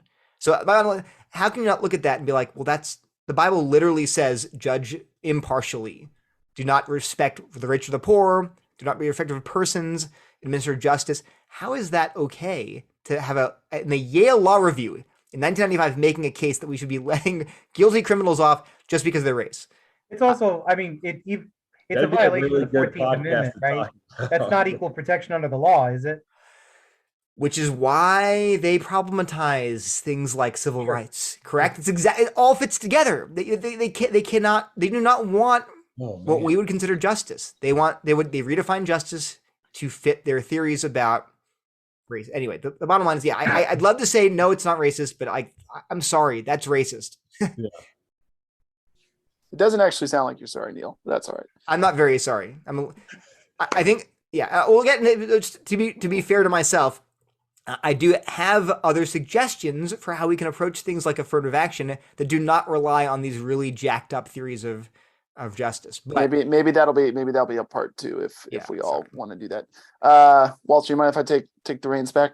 Yeah, that's all you, man. So when I was prepping for this, I often like to try to poll a lot of people on like, hey, I'm doing discussion on CRT. What are some questions? Without a doubt, the number one question from probably close to a dozen people was like, ask them about stuff in schools.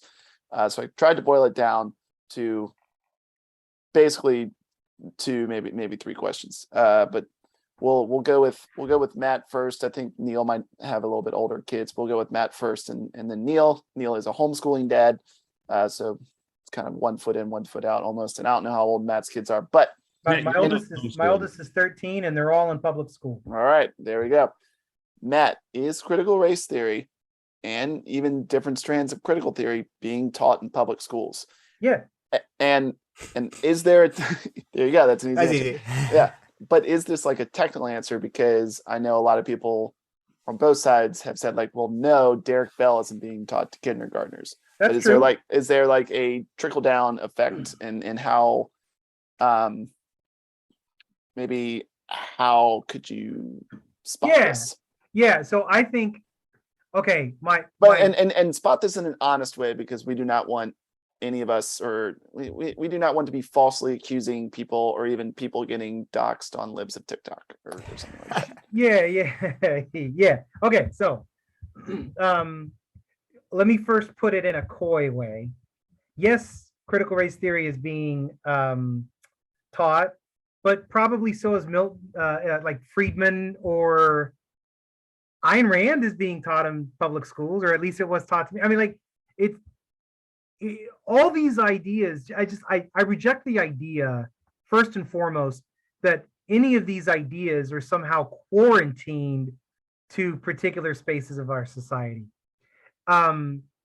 So at a basic level, guys, you're at the mercy of the teacher whose room your child is in. And if a teacher reads, I mean, if you've got a teacher who reads The New Jim Crow and they want to talk to their students about it, there it is, right? And I don't even necessarily think, like, I wouldn't, as a teacher, I'm sure you can understand, I've got some real apprehensions about telling teachers what they can and can't do. Doesn't mean doesn't mean there's some things you can't go ahead and tell them to not teach. Because they're like, I should not be teaching about, well, sociology is a little weird. You can kind of make a case for anything, but I try and make very clear when I'm in my classes at Union, hey, this is me thinking about a point theologically, but I'm not a sociologist like this. I'm not a theologian, I'm a sociologist. So I'm sort of in this space along with you, but not as someone with a special training in this area, right?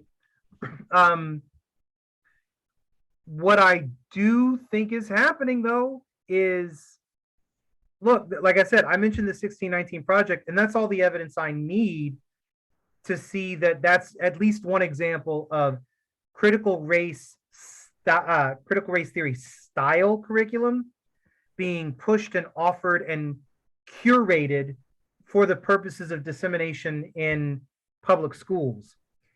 The accounts that I'm hearing are that it's far more pervasive in private schools, especially elite private schools. They love it. And that's causing all kinds of frustration for, like when you say private schools, are you talking like K through 12, or are you talking no, K through 12, like day schools, right? Like elite private K through 12. Really? Like, yeah. We're talking like schools that cost like more than a public college education Yeah. per year. Okay. Yeah, Yeah. these are We're talking like schools that are probably like $20,000-$30,000 a year.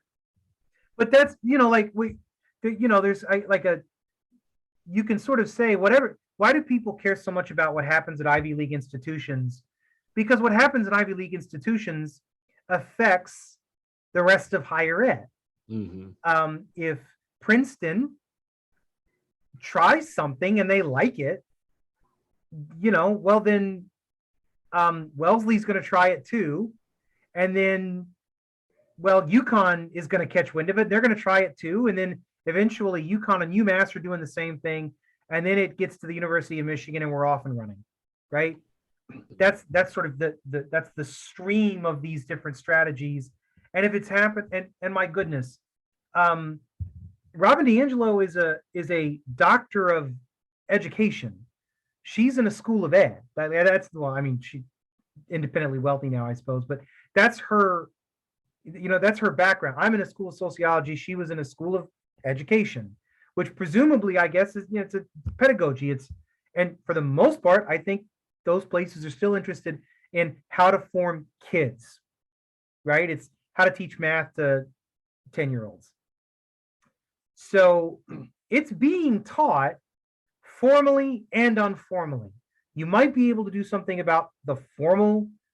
I don't know what you do about the informal without committing many of the same crimes we're saying that, or many of the same transgressions or overreaches that we, I think, rightly point out in critical race practicers. To Neil. I mean, I shared Crenshaw's quote. It's clearly in K through 12 by her own admission. She's proud of it. She's working to get it more in K through 12. So at this point, I think it's just either completely ignorant or just very disingenuous to deny it's there.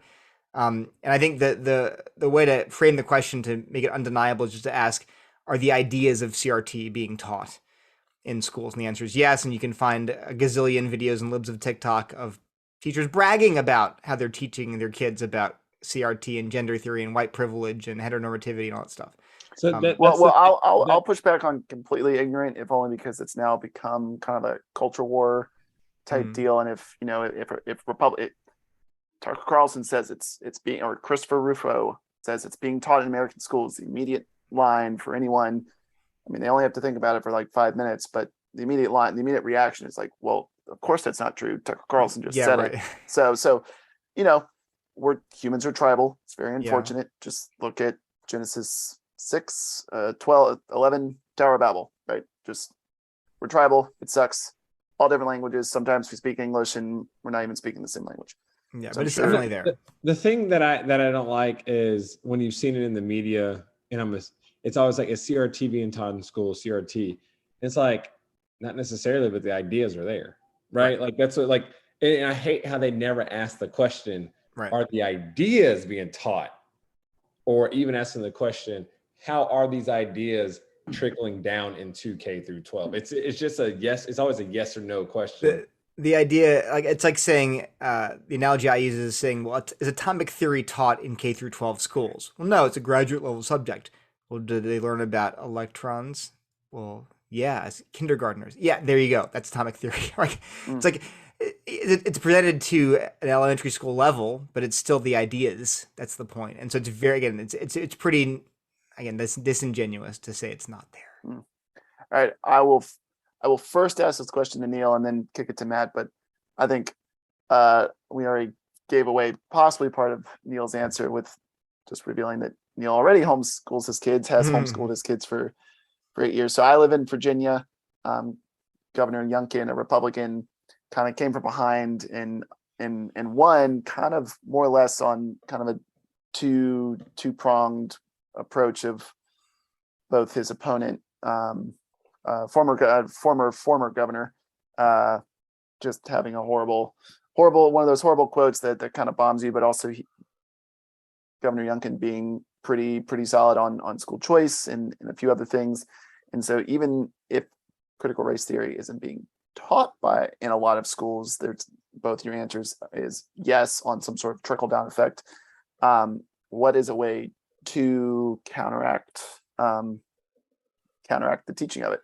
And primarily, as Neil seems to be way ahead of the curve, homeschooling absolutely exploded in COVID for a number of reasons and seems to be sticking around. But yeah, sorry to put words in your mouth, Neil. But how in any sort of trickle down system, and Matt also similarly answered it kind of already. How do we counteract this type of thing? I mean, so there were some legislation and bills passed, and some of them were better than others. I think the good ones, like the one in North Carolina, was a good one that focused on ideas. It said, don't teach these ideas. Didn't even call it critical race theory. Just said, don't teach that one race is oppressive inherently and others oppressed inherently. That's it. And it's very hard to. I would read the bill. You're like, who could it be against these statements? Like, no one person because they're male is an oppressor just because they're male. So. And frame the ideas and say you don't want taught. But the problem, I agree, is that it really comes down to what the teachers believe. They're gonna teach these things, because they believe those things. It's gonna come out unavoidably. And so I think maybe the really best way to handle all these issues, and it's gonna come up with sexuality as well. We're seeing queer theory, is parental rights bills. So parents need to be informed of what's being taught to their kids. And this is a no-brainer. And this is actually partly why Youngkin won, because his opponent, McAuliffe, was like saying you have no right to know what your kids are being taught, which is any sane parent. Yeah, that was the quote. Yeah. So I think parental rights bills, we should press for those, because you want to just know, you ought to know as a Christian parent what your kids are being taught. It's a natural right, I'd argue, as a parent. And that's going to prevent the teachers from, basically, it'll give them accountability, because you can say, oh, I'm not going to teach you this, and then just teach anyway. But if you are forced to show your lesson plans, make them available, which again, I'm like, as a teacher, who's against it? If a teacher's against transparency, I kind of don't want them teaching my kids, like, right? Like, yeah, what are you teaching that you don't want being shown to me? In the state of Texas, I'm pretty sure you already have the right. You can request a lesson plan. It is your right to, hey, what is being taught? How is this being taught? Even for us, because of the stuff that's happening with the LGBTQ and all that, it's kind of like, we want to know how are you addressing these things? And especially my daughter, their counselor is a married gay male. And it's one of those things, I'm like, what are you what are you bringing? How are you addressing or addressing things? How are you talking about stuff? Because I actually don't want my kids. And check this, in the school we go to, it's a majority, Muslim, Middle Eastern and African Muslim, Western African Christian, Asian, Hispanic. I'm like, this is a pretty damn conservative school. If you think about the cultures that are here, you better not come out saying certain things, because little Timmy could get harmed at home. You know what I'm saying?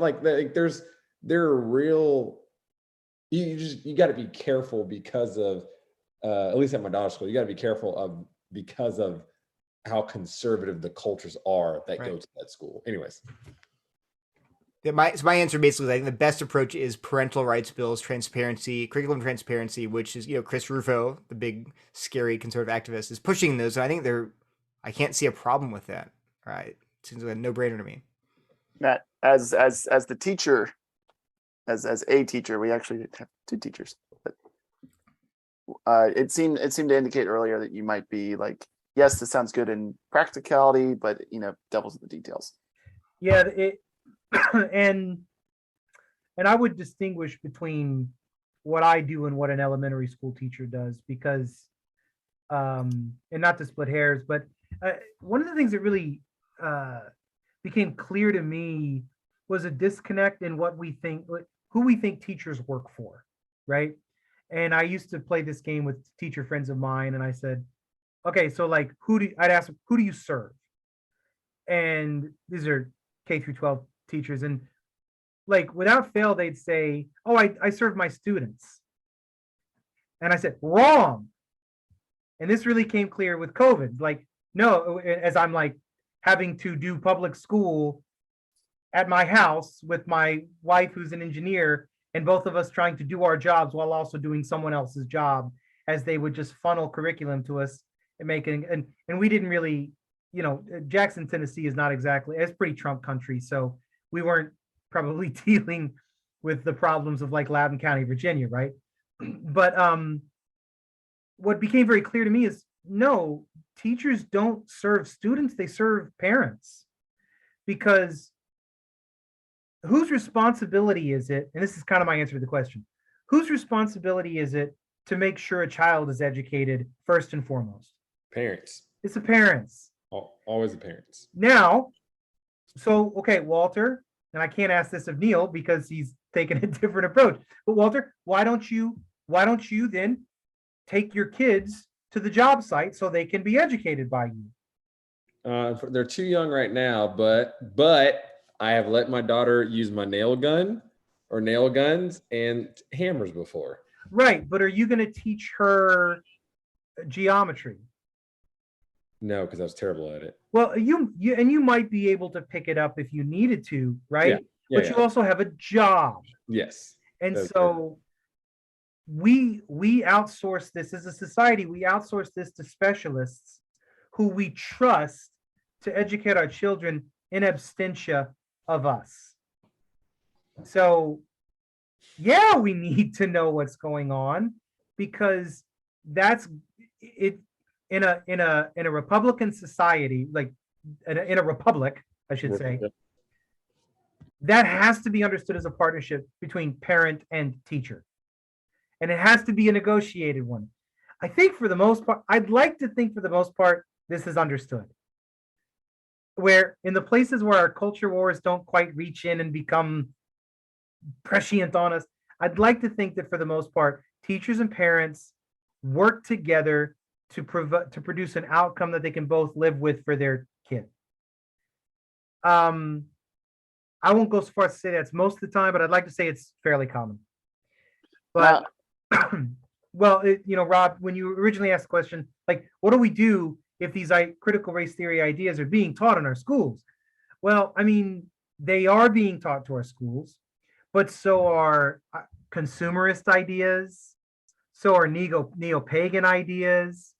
So, like we live in this world. This is a classic in the world, not of the world tension. I don't say that to be glib or to diminish the peculiar challenges of critical race theory. I only mean that to highlight we deal with this as we deal with as Christians raising disciples. This is just sort of, I think, the peculiar shape this is taking for us. And I think we combat this. Specifically, we changed churches because we felt like the church, well, partly because the church was folding, but before that was even happening, we felt like we liked the church, but we didn't feel like it had the resources to help us raise our children up as disciples, also encountering the world. Practically, also, I would say you got to get your kids off social media or hold off on it as long as you can. I'm banging this drum. I'm quite abolitionist about this because even if it's, and I think Neil, you might have hinted at this, even if it's not being taught at public schools, it's in TikTok, and they're paying closer attention to that than their teachers anyways. Yeah. I will say on the curriculum point, I don't think this was a law in Virginia, but I both went to a private school, K through 8th, kind of a middle of the road, not the homeschool plus some that were sometimes Christian private schools, but not the like uniform. We were middle of the road, but I went to there and then went to public high school, and I was very transformed by that. I went from very, very white, very, very upper class surroundings to I had my pre-calculus class. I sat right next to an Afghani refugee. That was in 2003. Guess what? She had been in the country for 18 months. English was awful by the time high school ended. English was great. She now has a master's in economics. It's fantastic. But the switch didn't really affect me curriculum wise that much because I got curriculum at my other school. But then also when I went to public, they just gave us the curriculum, and they didn't give the teachers didn't even give the students their numbers, but they gave the parents And so maybe that's just the environment I was in, but I've felt like this pushback against curriculum was kind of weird because almost I assumed was already in the culture that was just like, oh, this is just something Yeah. new, but maybe it's changed. Rob, I do I feel this. I can't speak, I can't point to specific data. So take this with a grain of salt. But I do feel kind of in the air that there is a hostility between parents and teachers. Mm-hmm. I think it was COVID first. I think that's what really sort of initiated it. But yeah, teachers look at parents as the problem and as obstacles to them doing their job. And maybe it's unfair to put on teachers specifically, but certainly the institutions of education seem to view. And I thought I can't remember the Democratic candidate for governor of Virginia. I can't remember his name. McAuliffe, was that it? Yeah. Mm-hmm.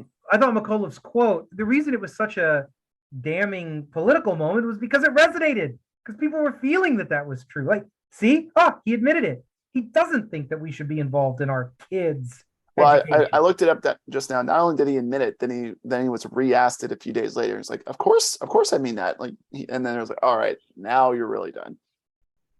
I will kick the reins back to Walter. Okay, all right. I'm because I think we kind of talked about that one, so I'm gonna say, can you subscribe to critical theory and also be a Christian, let alone an evangelical, conservative, traditional one?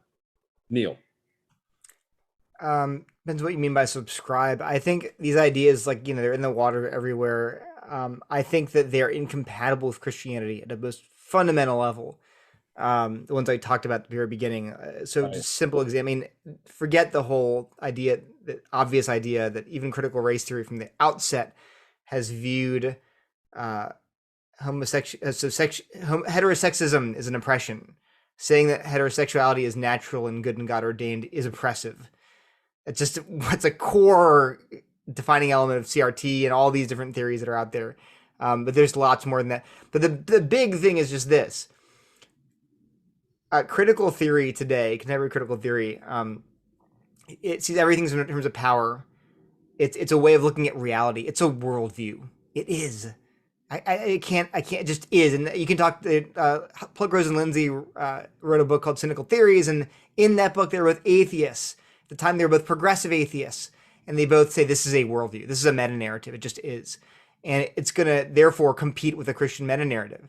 And frankly, if you see, here's just one obvious thing: if you problematize hegemonic narratives, if you problematize universalizing discourses as a mechanism for the ruling class to gain power and privilege and to justify if you think that's what narratives are, well, Christianity is a narrative like that. You're going to have to deconstruct Christianity. You have to. You're going to have to see God as the ultimate oppressor who's imposing his values and norms on you. And that plays out in race, class, gender, sexuality, physical ability, all these different things. And so that's just, and I know people who are conservative evangelical Christians who are trying to hold on to both worldviews, and it's not going well. Christina Cleveland, I know we have some intervarsity interactions, people that work for InterVarsity. Hey man, Christina Cleveland, InterVarsity till the day I die, or at least until the day they jump off the bridge. So, well, Christina Cleveland was a professor at Duke. She was an evangelical, was promoted by Christianity, did a column at Christianity Today. She spoke at plenary talk at InterVarsity's Urbana, 2015. Spoke at Cruise Winter Conference, I believe. Asked to speak at Lifeway Christian stores. So this is an evangelical who's speaking at the highest levels. And to this year, she released her newest book called "God is a Black Woman," and she's now a pagan. Just it's a pejorative. She worships Black statues of the Virgin Mary. She worships a being she calls the sacred Black feminine, and she literally caresses these statues and weeps over them, and so she's not a Christian anymore. And her book is to fuse with critical theory. And you're like, well, how do you know it's critical theory? She gave a talk to the Leslie Newbigin Summer School in 2019 called "Missions as a Heroicization of Whiteness," where she talks about how CRT, critical race theory, by name, has influenced her thinking about race and sexuality, how it categorizes society in terms of an oppressive ladder with straight white men at the very, very top and trans Black women at the very, very bottom. So her theology in 6 years has gone from evangelical to straight up pagan. Again, that's not pejorative. She calls herself a witch at one point, jokingly. But Michelle Higgins was a former PCA worship leader, was on the Truth Table podcast with Kevin E. Yuan and Christian Edmondson, who are both still conservative evangelicals writing for Christianity Today, speaking at these conferences, invited to evangelical conferences. And 5 years ago, Higgins gave Edmondson talk to my church. There you go. I'm in the PCA. And so they are linking arms. They were linking arms with Higgins as it's like a few months ago. She left the podcast, but in a friendly way, like, oh, we love you. How's God going to work in your life in the future? But she is currently, was PCA 5 years ago. She is currently the pastor of a UCC church that is LGBTQ affirming. She preached on Pentecost about embracing the queerness of the Trinity and about leaning into queer parenting. She is pro-choice now, says abortion is healthcare. It is completely heterodox in her beliefs. Her organization, Faith and Justice, teaches from a liberationist, Black womanist perspective on theology. Dante Stewart, I can go on and on. These are prominent evangelicals, prominent. They were 3 years ago, 4 years ago, and they are now either completely apostatized or their theology is complete. We're not talking about they went from being Presbyterian to Methodist. We're talking about they've gone from saying, I believe in evangelical theology, to saying, I embrace Black liberation theology. I embrace queer theology. That is what I'm teaching my congregation. So those are just 3 examples. I could give you so many more of evangelicals who are just drifting in that direction. And you can see in their writings and in their beliefs, it usually starts with sexuality. They drift on gender and sexuality, but then it's going to go way beyond that because there are issues like the atonement, and there are issues like the exclusivity of Christ that are seen as marginalizing people and not lifting up the centrality of anyway, you can't do that. Please don't do that. I go through this at length in my talks, but these ideas are poison. They're going to kill you. So put them away. Could I add something, Walter? Yeah. Are there evangelical Christians who are, or conservative or traditional, however you want to frame it, are there those that are being accused of upholding CRT, but clearly not, like kind of in that way that you've made an allusion that like a pastor might say, we need to be for social justice. It's like, okay, but what do you mean by social justice? Could you find maybe a on the other side of the coin example? Like, I don't know. I know Russell Moore has been accused of being for CRT, and he just became editor-in-chief of Christianity Today. Like something along those lines. Are there? Can you name anyone off the top of your head that might be accused of CT or CRT, but actually isn't? Yeah, I mean, everybody. I get accused of being a Marxist, a secret Marxist, because I say things like critical race theory doesn't get everything wrong. They're like, oh, you're clearly a Marxist. Russell Moore, David French, the Danny Aiken, Walter Strickland, who teaches SBTS. Tim Keller, probably. Tim Keller. Let's just throw him in there. Why not? But here's what I'll say. Now, even though Tim Keller wrote a very good dissection, I think it was like on 5 parts. Yeah. And the longest part was like, here's why this is wrong. Right. And but here's the thing. Now I'll say this. Clearly, all the people that I mentioned, do they embrace wholeheartedly critical theory in this intersectional worldview? No, they absolutely do not. Do some of them embrace parts of it that I think are dangerous? Yes. This is where we need to be careful.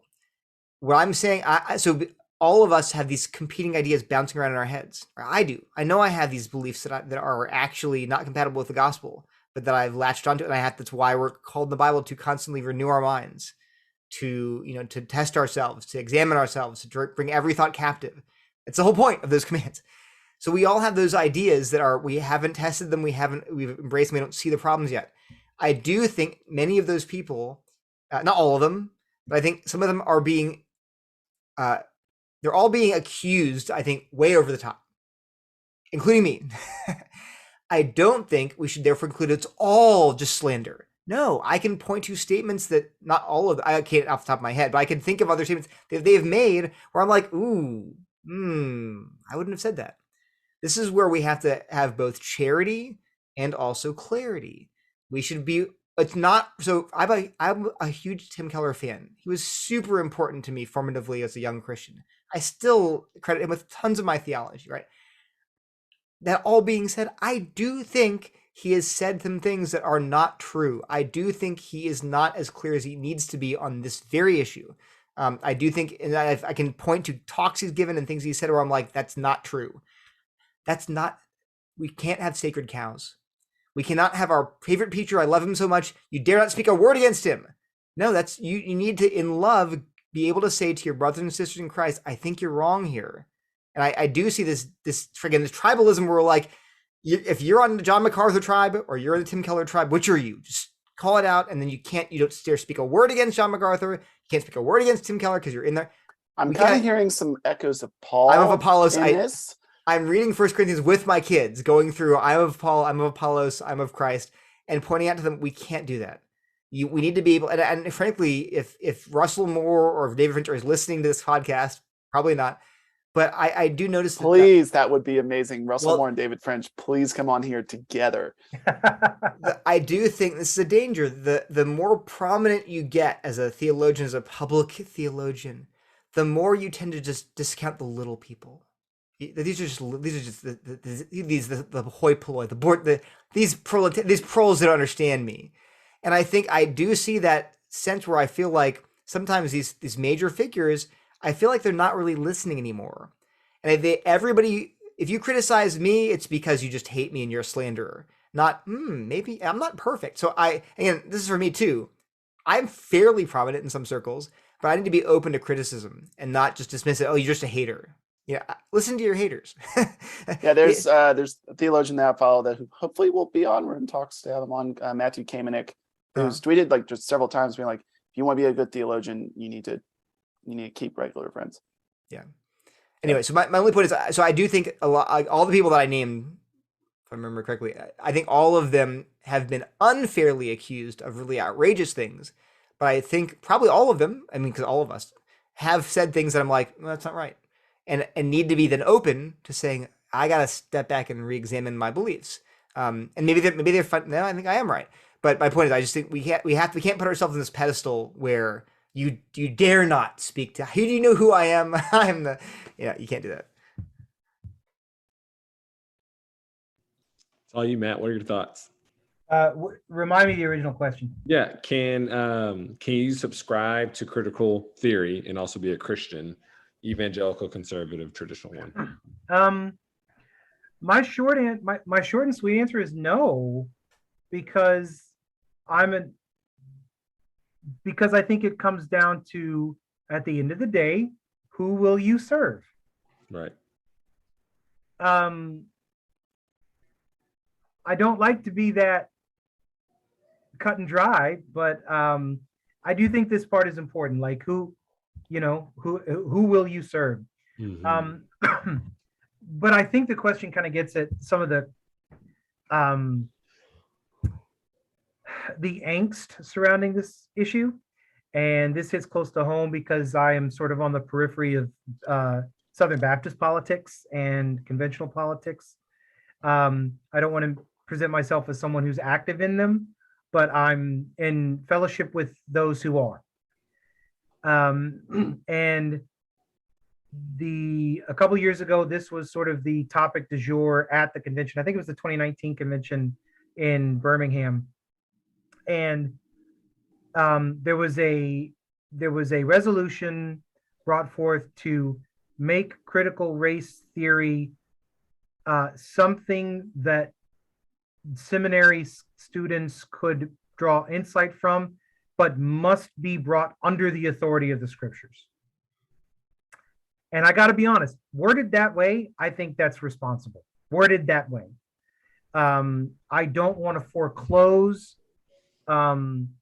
ideas off from thinkers or theologians to contend with, because I think that's it's just a necessary part of scholarship.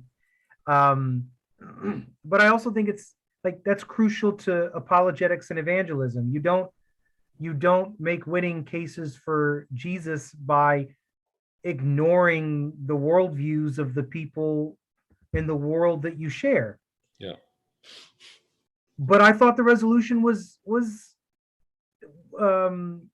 wise in saying this, like all other things, including, I made the point to a friend of mine, including supply side economics, right? If Milton Friedman must also be read under the authority of Scripture, right? You can't make you can't read Irving Kristol and make him a competitor to your Lord Jesus. You know what I'm saying? You can't do that. Conservative liberal ideas, all of these ideas must be brought under the heel of Scripture, because if you're going to be a Baptist, or if you're going to be a professing Christian, you're going to at the end of the day, you're going to serve, your fidelity is going to be to the gospel, and you're going to serve the Lord. Right.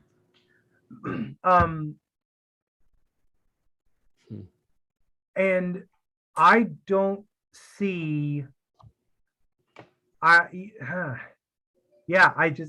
trying to be as charitable as I can. I don't see a way that critical race theory, as described, can work with Christianity.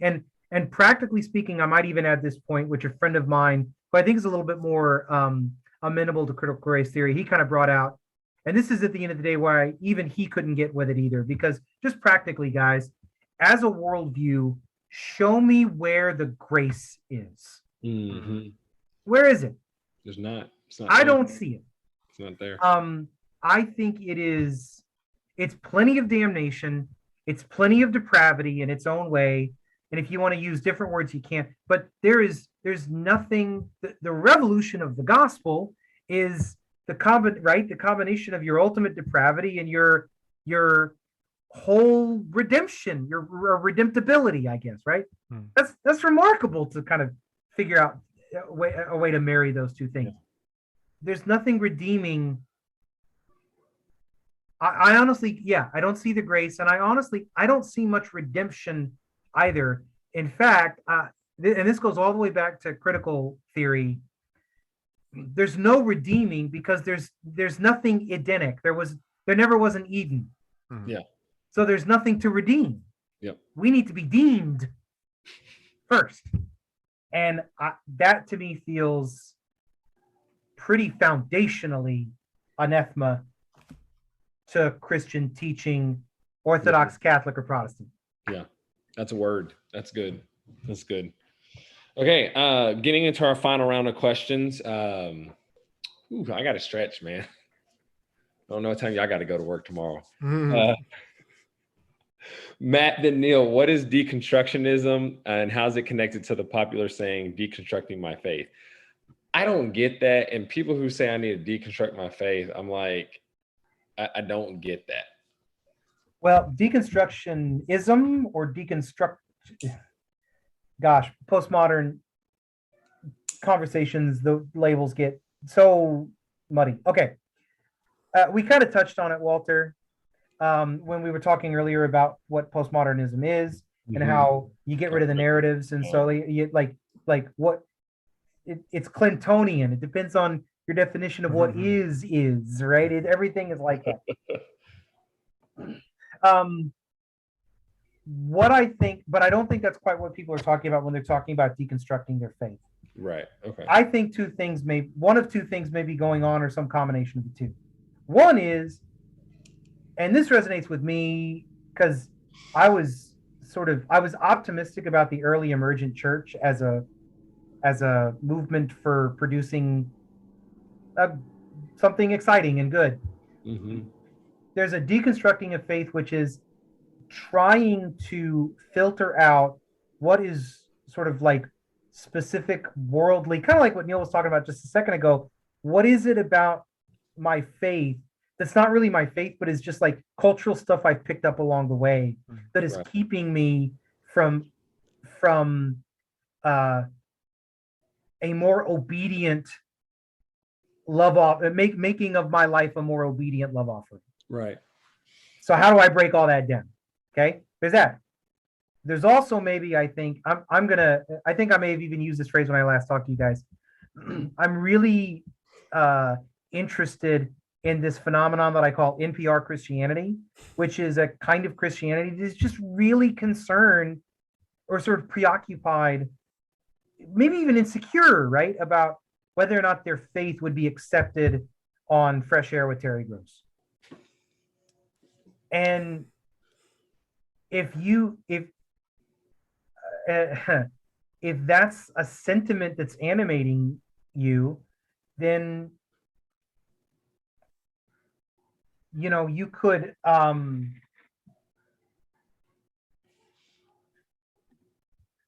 you're going to be inclined to deconstruct and deconstruct and deconstruct and deconstruct to the point of a nihilism, I'm afraid, which is is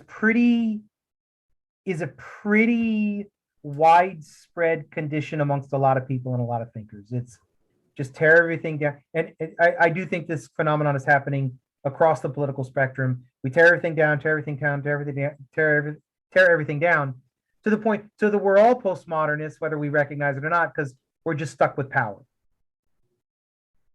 Yeah. Neil, what you got?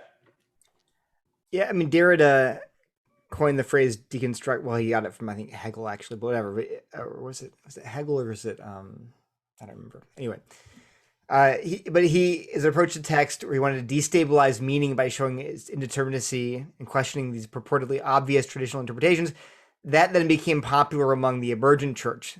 They decided to use that term, deconstruction, because it sounded hip, and probably because they were trying to destabilize traditional doctrine. Just like Derrida sort of questioned, you think this is so obvious and clear and the meaning's right there, but really it's complicated. In the same way, emergent church was trying to say, well, you think this doctrine is so clear and obvious, but really it's complicated. And then it's now been revived. Actually, there's now something called the Evangelical Deconstruction Project, where they seem to have picked up the term also, but they would claim, like Matt said, they're just trying to get underneath these cultural accretions to find true Christianity. It's all they're doing. They're trying to show that, but now the problem is, and if you look at the books that have been labeled these Evangelical Deconstruction Project books, it's things like Taking America Back for God by White and Perry, Jesus and John Wayne by Dumais, Bethel Essen's Bar, The Rise of Biblical Masculinity, or what's called The Rise of Biblical Masculinity, Anthea Butler's White Evangelical Racism, Robert Jones's White Too Long. There are all these books in this collection. They all have owned the term, the Evangelical Deconstruction Project. They own that. They're like, yeah, that's us. And I would say they're all claiming we're just going to remove all of these cultural issues from Christianity, from evangelical theology, but there is just it's just pure critical theory. They've embraced that critical theory worldview, and then they're seeing white evangelicalism as this deeply racist, sexist, homophobic, transphobic, etc. system of oppression. They want to get rid of that stuff. And I have a whole as an article called Sociology as Theology, the Deconstruction of Power in Post-Evangelical Scholarship. It's in the journal Icon, where I review these books and show how they're all using a really bad approach pioneered by Foucault, actually, called genealogy and archaeology, that looks underneath all of these claims like, oh, we're doing what the Bible says. And really, they're just trying to preserve their white male power. That's just critical theory. But these are all evangelical or at least professing Christian authors who are either intentionally or unintentionally adopting these critical methods that I think are very dangerous. Anyway, I think there's a connection there to critical theory. But like I said, I can't go into it here, but you can read my Icon article about it. Yeah. Putting it back to you, Rob. All right. So I got two questions for Matt about Neil. So, brothers in Christ, give each other grace. But I've followed Neil for a while. Neil, I don't know if you remember, but back in 2019, I was actually on a panel as Charles Full resident being interviewed by Ibram X. Kendi. It's kind of a round table, and nice. I forget how they found me. So I've met Ibram X. Kendi, and I messaged you because you were right. That was right about the point. I think you were about 1,000 followers on Twitter, and you were doing your write up and stuff. But between there and now, I think you're at 35, something like that on Twitter. And I think it's funny how some people like dot out your name and take the vowels out of your name as you're some slur or something. But Matt, what do you think of Neil's work, both from like Neil reading all these massive amount of primary source work, but also just from a Christian point of view, do you think he is doing good work as almost unpaid evangelist, so to speak? So I'm sort of well, I mean, I'm not sort of, I'm all the way impressed. I really appreciate it and admire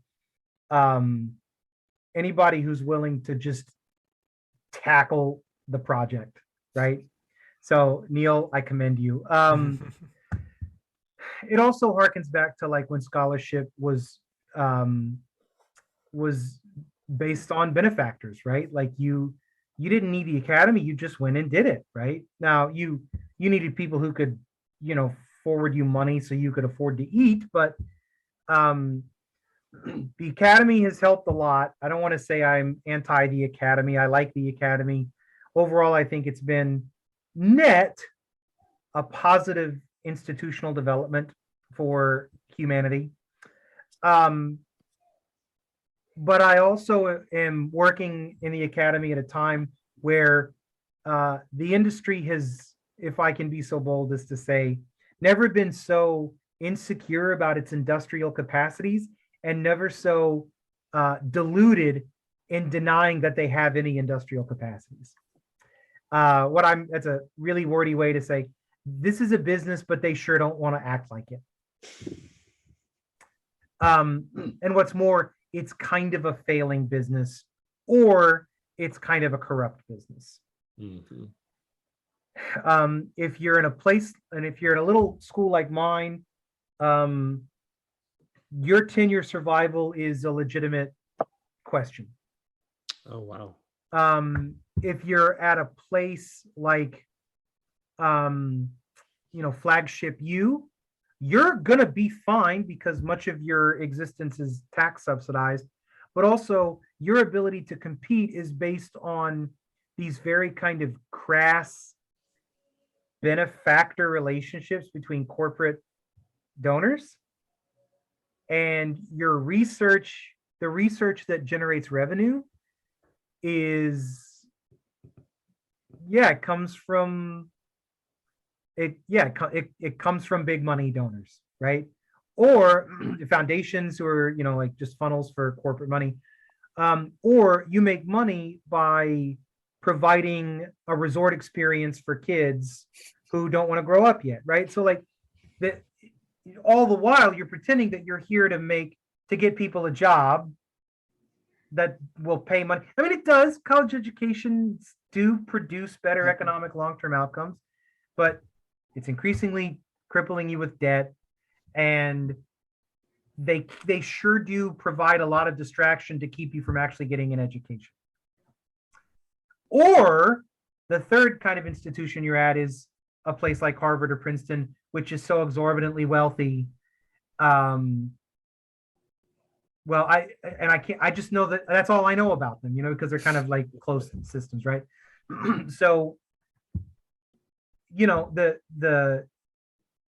this was a rude awakening for me once I finally started working in higher ed, was that it was an industry, right? And that's a long-winded way of saying anybody who can function outside of that system without the kind of bona fides and the credentialization of the institutions, I think makes academics feel very insecure, especially if you don't parrot our line. How dare you? Yeah. Well, that actually is a good segue for my second question about Neil. Neil, this is probably a little awkward, but I also have a theory of just watching Neil's work grow and watching this kind of like weird hate cult online grow against Neil, which I guess is a great paraphrase of Winston Churchill, where if you have enemies in life, good, because you took a side. But my theory about why Neil is so disliked online and even within the academy is that critical theory seems to be something that, since it was birthed in the academy, not only from the academy, but also from the left, so that people who might not even agree with it want to have this inclination to jump to defend it, especially from someone who is outside the academy and also a conservative Christian, and therefore, or maybe not therefore, but as well as being all heavily critical of critical theory. Do you think that's a somewhat fair assessment or maybe Are you asking partially? me or Neil? Yeah, I'm asking you. I think, yeah, I mean, I think I think there's some, that sounds plausible. My suspicion though is that it's probably a lot of stuff. And I think you kind of hinted at something that I think is probably more true than we might realize, is that a lot of people who are like a lot of lay people who say they're for critical race theory don't really know what they're talking about. And if they did know what they were talking about, like if I have a conversation with college students about, because I ask them about objectivity, and they're uncomfortable with the discussion. And if you say, well, let's get rid of objectivity, they don't want to get rid of it, right? And when you took, and boy, like when we say, deconstruct or problematize rights discourse, boy, they really like their rights, right? And it makes sense, because why on earth would you fight for marriage equality if you didn't care so much about rights, if you didn't think that rights were useful, just as a for instance, right? So I think, especially if they're jumping on Twitter, right? I don't know, maybe it's just because they're having a bad day and okay, I'll just jump on this guy. Maybe it's because of the weird way shibboleths work, right? Oh, he uttered the wrong thing. I pounce on him. But I wonder how much of it is simply especially a lot of white Americans and a lot of white evangelicals who I think are pretty well intentioned. What they feel is this deep desire that's very emotional, but not fully reasoned. They feel a deep emotional desire to advocate for non-whites and not white Christians. They so desperately do not want to perpetuate racism. They do not want to be another generation of white Christians who perpetuate the inequality. And because of the way we have been formed societally, you do that work online, not really in face-to-face interactions. Or majority of the time. Yeah. Does that make sense? Yeah. Someone typed a thing. I cannot let that stand. Or someone is wrong on the internet. Yeah. And Neil, do you have any response to that? I know that you're, in any response to me or to Matt. No, I do think the insight of, and these people have said this to me, and I've learned to just ignore all the crazy hate and all the weird stuff. It totally doesn't, people are like, does it bother? I'm like, not anymore. It's just not Russian bots. It's people. It's real people. I just totally ignore it. I think it's kind of funny sometimes. So sorry if people are really hoping that they needle me. I file it away and ignore it. But I do think that a lot of it is this feeling like I'm not, I'm a threat because I'm not credentialed, at least in this field, and I still managed to gain a fair bit of respect. And I think that's why I get so much. For a long time I was being called a grifter. I'm a grifter. I'm like, I'm a grifter. How much do I make doing this? And of course, there's nothing. And I do want to challenge them sometimes. Like, I give you permission to contact the last 5 places I've spoken and ask them how much I charge them, which is 0. So anyway, the bottom line is, I think that because they're trying to find a way to explain why people listen, and I think the hard thing is for them to say, what if they're listening to him because he's actually making sense and doing good work? That's threatening, because they're like, but I spent 8 years in graduate school and I'm in massive debt so that I could do good work. And he's managed to do it just by reading a bunch of books. And that is threatening. And I think we should be honest about that. And I don't say that to be mean or nasty. I think they can do good work too. I'm just saying that I think when you've invested that much, there's a sunk cost fallacy. I've sunk all this into it. I can't let it go. I can't just admit that I just basically just read books for 8 years and lost a lot of money doing it. Anyway, I don't know. To me, it doesn't matter. That's why I press for debate and dialogue. I would love to get up on stage with anybody with a credential, and we will. And this is why it was so interesting that I won't say who it was, but I was invited to do a talk with Willie James Jennings, who's a Yale professor, dean of Duke. I think it was a dean at Yale Divinity School, and we were going to have a dialogue on race, and it got shut down, and I know by whom, partially. And it was because they did not want, and overt reason was he's not qualified. It's an insult to have a Jennings. Oh, you weren't. no. Qualified. I wasn't qualified. Okay. Jennings is an expert, That and was racism. and was well. It was interesting was that, and if you looked at what I would have said in the talk and the criticisms I would have had, they were very. I think even now, I do have to say, like, I think it would have been a challenging debate for him, not because I'm arrogant, but because I really did a lot of reading to prepare. And I think some of his positions, I think a lot of Christians didn't know that he's now affirming LGBTQ affirming as a result of these social theories he's embraced and all of his ideas about whiteness and the Christian imagination, all that stuff. Anyway, bottom line is that I see that people do not want to dialogue because I think it will force them to engage a critic who has the receipts, who's done a lot of reading, and even worse, is not part of their guild, and that's threatening. Anyway, that's a lot. Neil, I hate to be quite this self-critical, but also they're not ready for it because that's not what we do in the academy. We don't. That's what people think you're supposed to be doing. I know, and actually, I do more of that at my conservative Baptist university than I did at Baylor. Which is, Baylor's still Baptist, but it's more like this than we're talking. Like these ideas. I met Willie Jennings at Baylor because he was invited to speak. You know what I mean? So, no, the kind of heavy orthodoxy of the academy is a real thing. I witnessed it. I experienced it. And heterodoxy. I mean, how popular is Jonathan Haidt on campuses? Not well. Not well. I was reading his book on.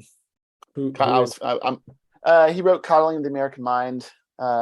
Basically, a Righteous book. Mind. Yeah. Righteous Mind too. Yeah. He was a UVA professor who's now at NYU.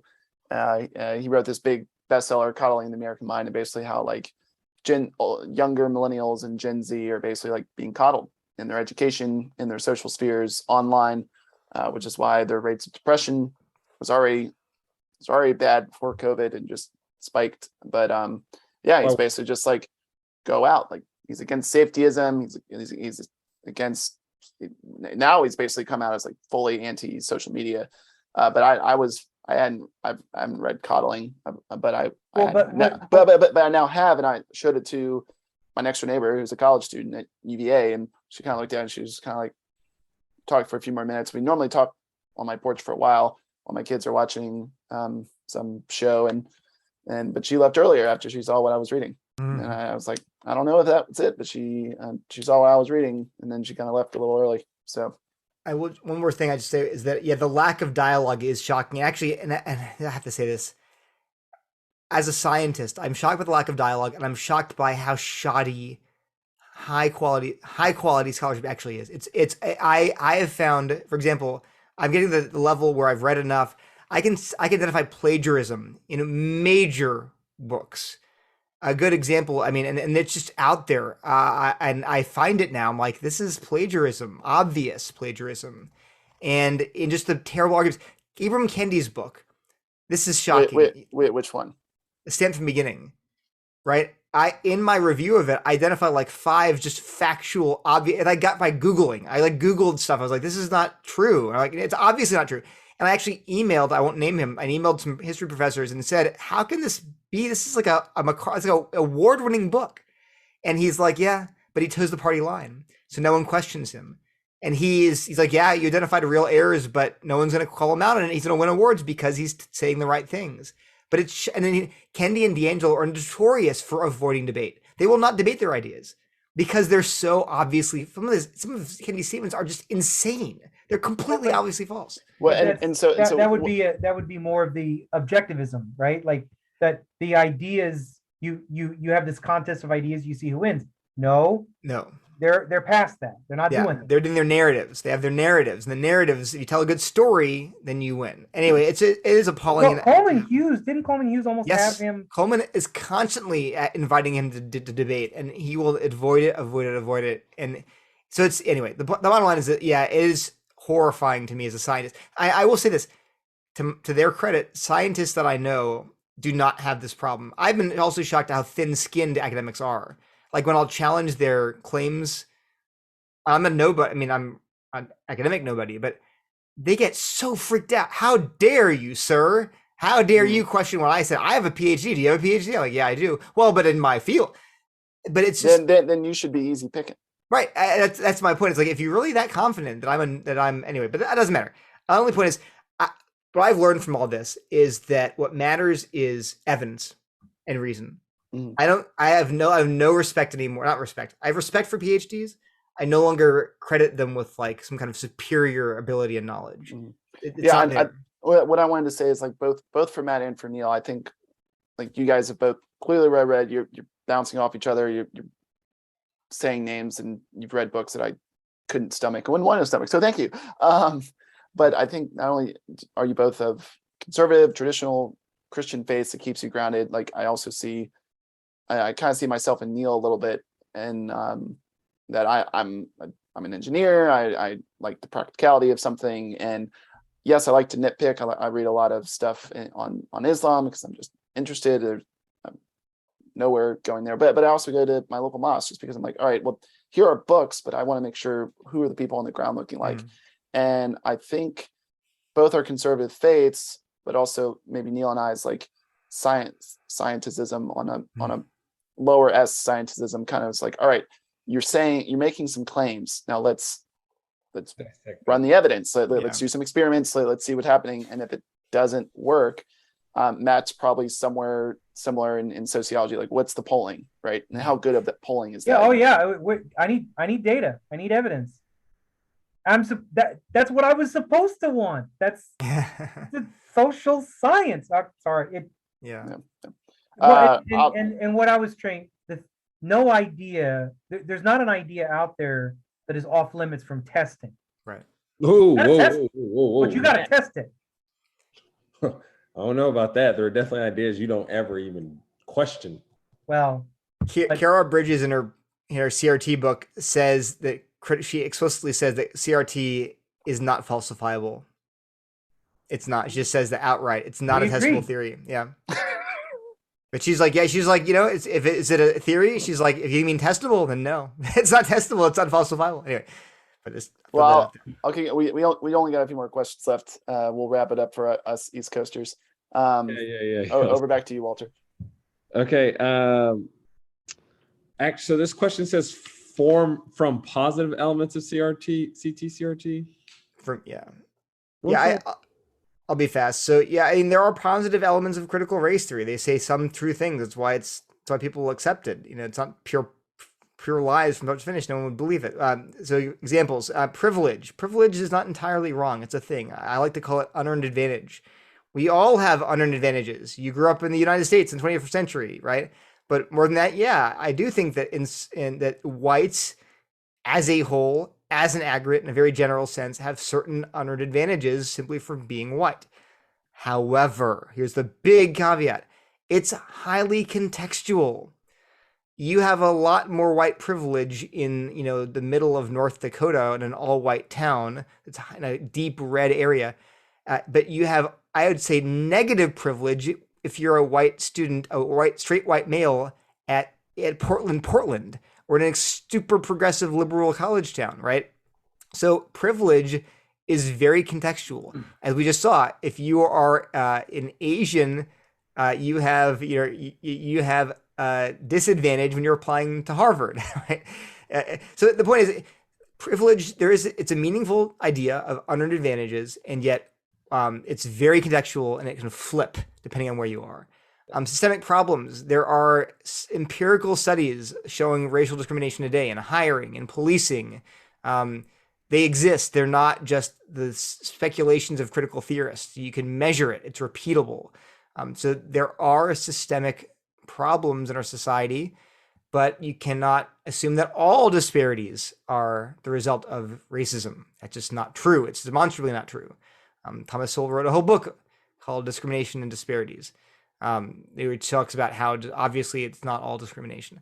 Hegemony, the idea of hegemonic power, these narratives that shape the way we think and allocate power.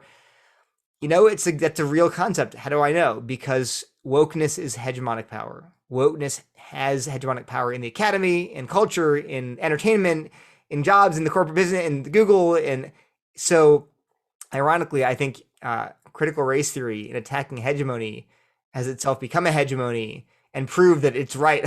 Hegemony exists and shapes the way we think. So all those elements, I think, now, am I affirming that those ideas are true as they're conceptualized by critical theory? No. Critical theory is fundamentally wrong. And even when it gets at some truth, it warps it and perverts it and gets it deeply wrong. But those elements can be viewed through a proper, correct Christian worldview. And we should be doing that. We should not be ignoring these real things just because they happen to be pointed out by a critical race theorist. So then there's more I could go into, but those are the three big ones.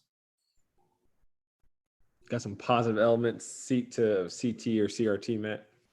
Yeah, but I'm at a loss to know how owned they are by CRT, right? For instance, they claim they really care about social construction, so they don't monopolize the insight of social construction throughout social theory. But I will say, just as for instance, I will say what I find them most helpful with, or what this theory most helpful with. I think they do a great job, and like I said, I think I mentioned I have I'm more and more intrigued by Bell's idea of interest convergence, which I don't mean to do a drive-by, but very quickly, it's just this idea that policies and outcomes change because it somehow, through history or accidents of history or whatever, it aligns with the interests of the elite ruling class to change the policy in that direction, not because society somehow became more enlightened. As a sociologist, I find that pretty interesting. So what I think is helpful about critical race theory is the extent to which they continue to draw your attention to the idea of race's institutional location in our social structure. That it is always there. It always has been there. I don't know that it always will be there, but I can't imagine an American society without it right as of yet. And I could give you an example of scholarship, which may or may not be critical race theory, but that's Deva Padger's kind of famous or somewhat famous Mark of a Criminal Record, which was an American Journal of Sociology article, came out in 2003. And it was a pilot study. It was an experiment, right? Now, it was based on, if not critical race theory, certainly critical race theory adjacent literature about mass incarceration. If I'm remembering correctly, she was a student of Bruce Western, who wrote extensively on the institutional effects of mass incarceration and the rise of incarceration rates, not just for young Black men, but especially for young Black undereducated men. And so she wanted to test the effects of a criminal record on the ability to get a job in like entry level or industrial work in Milwaukee.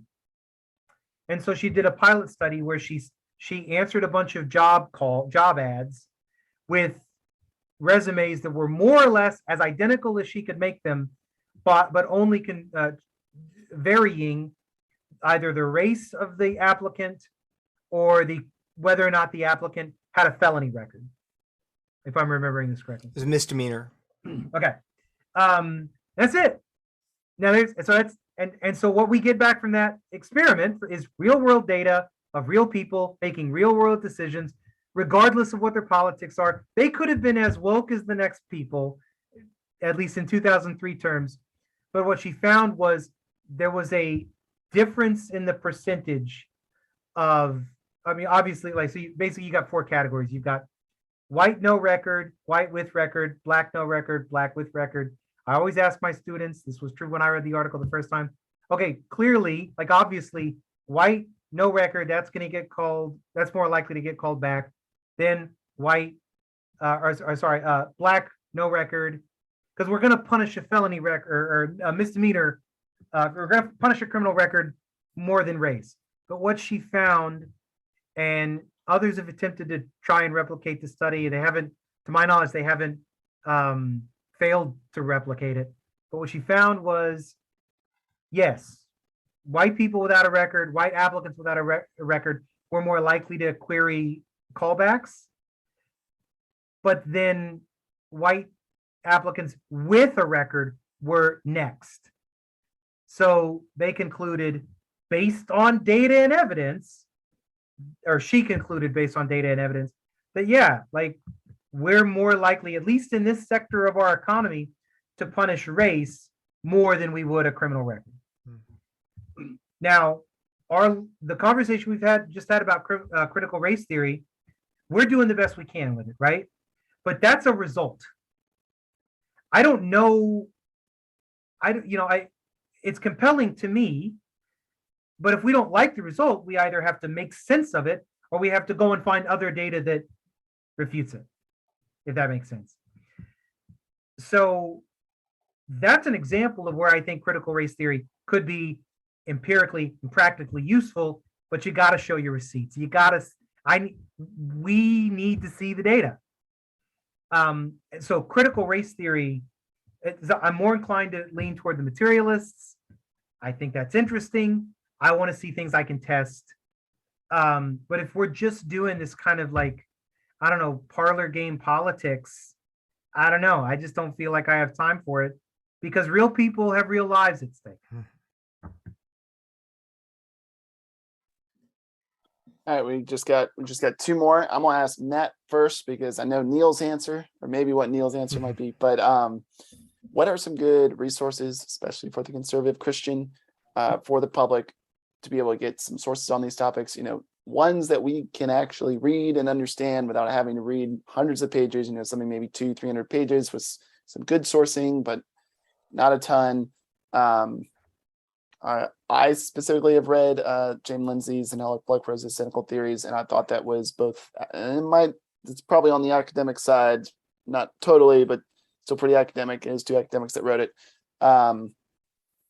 but not speaking of any of those individuals currently or in the past, but just how, any good resources, and is that possibly a good resource? I don't know that I would recommend cynical theories for most Christians, just because I think you're probably right. It's a lot to wade through, and they strike me like I find them very interesting, but they're very inside baseball, right? As mentioned earlier, when they wrote it, both were progressive or at least very hard liberal atheists. Like, pretty sure, I think they're both still atheists. James Lindsay's gone down some sort of weird Twitter conservative rabbit hole that we just don't really need to get into. Well, it's weird how I think there's probably something to having your when it's your community that does the shattering of your worldview for you, I think can be kind of uprooting. But the author I recommend is George Yancey. If both kind of he is a Christian who doesn't necessarily always write as a Christian. I just mean that he's not necessarily writing like apologetic tracts, right? He's a sociologist. That is not to be confused with the former Christianity Today editor, Philip Yancey. No, very different guys. George Yancey is currently a faculty member for the Institute of the Study of Religion at Baylor University. He is I think he would still call himself an evangelical. He would. Okay. I'm friends with him. Okay. Black, interracially married as well, Walter. But I think and just when I cut my teeth, I guess my earliest role model is probably Michael Emerson. He co-authored some stuff with Michael Emerson. Michael Emerson, who co-authored Divided by Faith with Christian Smith, if that's a book you guys know. I only know of it because Tim Keller's mentioned it like half a dozen times and probably a dozen books. Well, I mean, and that's a book that was influenced by, among many other things, critical race theory, but it was influenced by many other things. And Christian Smith is certainly no critical race theorist. I don't know. I doubt Michael Emerson is, although I haven't read much of anything from him in the last probably 5 or 6 years. And he took a admin job. He's the provost at North Shore College, or North Point. It's in Chicago. Yancey, though, in my estimation, I think does the best job at trying to be faithful to these different interpretations and making sense of them, but then trying to explain to you and persuade you with data, evidence, and reason why not this, but this probably. Now, his solutions, he wrote a book called Transcending Racial Barriers in 2010 with Michael Emerson. I think 2012. He basically says that, if we want to overcome racism, it's just going to take more coalition building and cooperation. I think he's right. That's not a sexy answer to the solution. I think it's the correct one, but it's not sexy. It doesn't I want pop. $1 trillion bill to fight racism. Or like, you don't get to hate anybody. There are no villains, but he's got a book out that just came out recently that I'm working through called Beyond Racial Division, where he takes anti-racism on specifically. That's probably the one I would point people to. He writes in a pretty down-to-earth way. And then I still recommend reading stuff by John Perkins, because I think John Perkins gets grace. And I think he's got a powerful testimony to that end. And he has a book called Parting Words to the Church on Race and Love, One Blood, and that came out 2 or 3 years ago. Oh, wait, one more. So I haven't read it, but my colleagues swear by it, and that's The Hidden Wound by Wendell Berry, which is kind of it's Wendell Berry's kind of walk through his own racial his racist heritage. He's from Kentucky. His parents were racist, and he's trying to make sense of what that means and what it is and what it does. And he makes the argument that racism is deforming to white people. But Barry's not a critical race theorist, but he might be critical. Neil, what I have a feeling I might know what ground level work you might give to Christians to understand this. I've pointed many people to your website. That's why I'm doing that. That's why I'm kind of leading. Is this just critical theory or also race? Just whatever. Okay, yeah. These tough issues in our time. So for critical theory, I did like Cynical Theories by Pluckritz and Lindsay, and people have criticized it. I actually have read, obviously, a lot of this same authors that they, summarized, and I thought they were correct. And then people were complaining that they misrepresent scholars. So I went and read the papers they cite by Christy Dodson. Like, no, they're right. So I think it's a really good book. Then for Christian authors, Thaddeus Williams, Confronting Injustice Without Compromising Truth, really good book. I actually contributed an essay to that book, but it's written mainly for Christian students who are being sort of drawn into the social justice movement, questions to ask themselves about whether or not this movement is biblical. So yeah, Thaddeus Williams. That's interesting. I thought I was reading the book and then I was like, nope, can't read it. Was it the first chapter? And then I was talking to a friend. They're like, no, it gets better actually in the end. So anyway, really, no, it's good. Yeah, it's worth reading. Yeah. Yeah.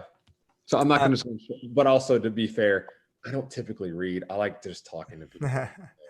I'm not the academic here. Well, give it a shot. So Thaddeus Williams' book, Confronting Injustice Without Compromising Truth. Truman's book, The Rise and Triumph of the Modern Self. It is mainly focused on transgender. It is very academic. but it's excellent. I'm currently, and I say this, I don't say this lightly because I actually do read a lot of academia. I'm slogging through that book right now. It's quite reminding me of A Secular Age, just because I'm like, there's a lot here, and he is not skimping. No, but he wrote a new version, a condensed version called Strange New World, which is a condensed, simplified version of that book. Okay, so you might want to pick up Strange New World, which I've read the big one, but I'm told that the smaller one is good and easier. And then I was reading that book. Okay. Pat Sawyer and I, he has a PhD in education and cultural studies, wrote a booklet a few years ago called Engaging Critical Theory and the Social Justice Movement, which is 28 pages. It's free, published by Ratio Christie. I've read it. You've read it? Okay, good. And it's very brief, but it gives you an overview of these concerns that we have. And actually, literally before I got in the chat, we are currently writing a book on critical theory that will be basically a Christian equivalent of cynical theories. It's our sort of goal. And it will, I think it will be more accessible, I hope, than cynical theories was, but written from a Christian perspective. And it won't be a copy of it. What I'm going through, I have a whole chapter on critical race theory.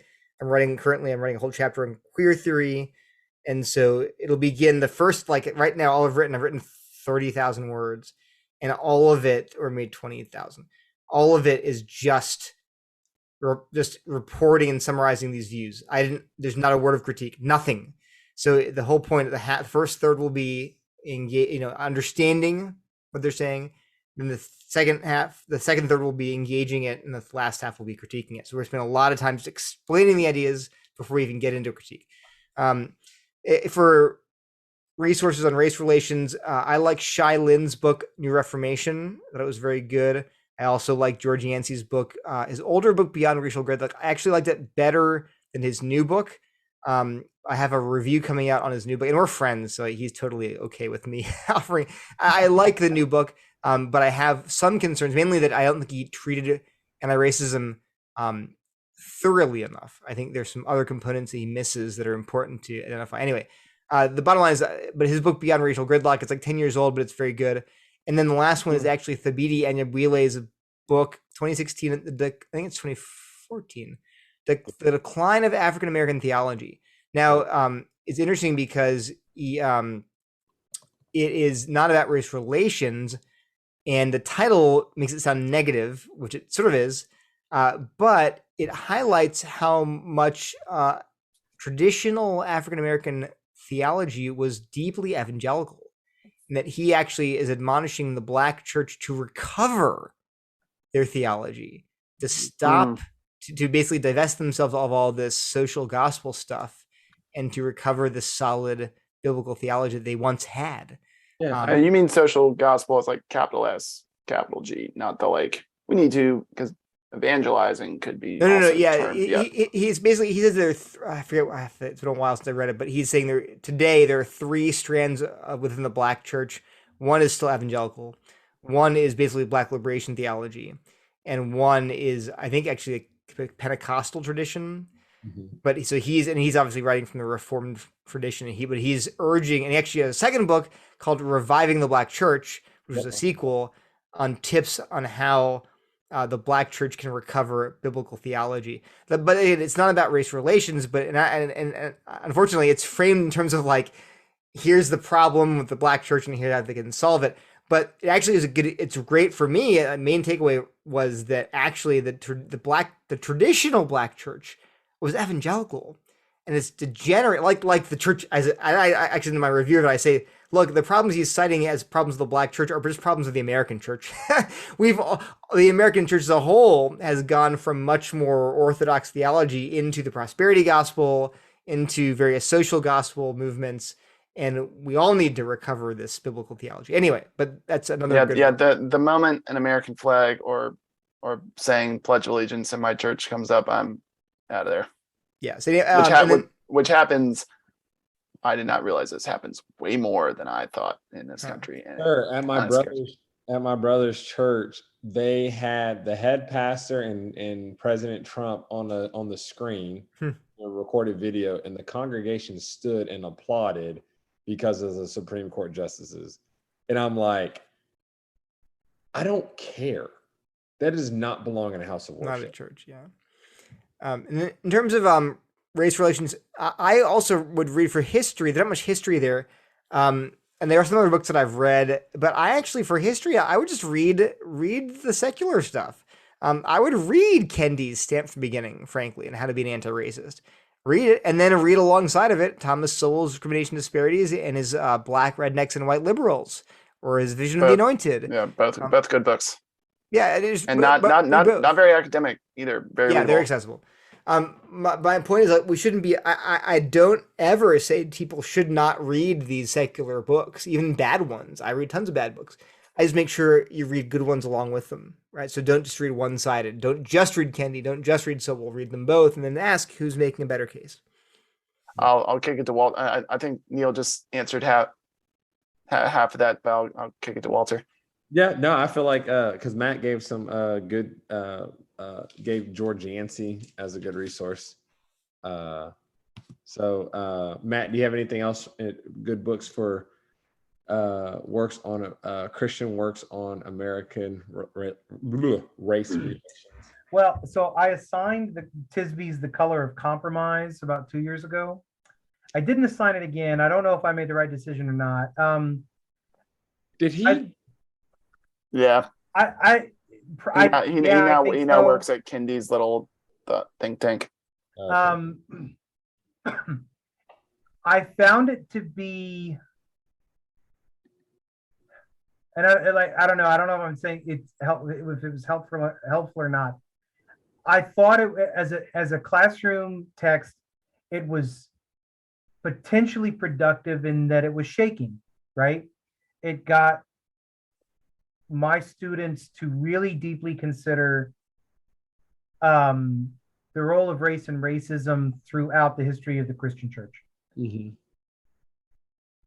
I was made somewhat uncomfortable, though, by some of my students. They did have this kind of knee-jerk reaction to this kind of self-flagellating, well, that's it. Evangelicals are rotten to the core. And it was like, whoa. And incidentally, I don't think that's where Tisby was when he finished this book. Mm. He may have been on his way there. Certainly seems like that's where he's at now. But I did not read The Color of Compromise as sort of like as an opening salvo to become right.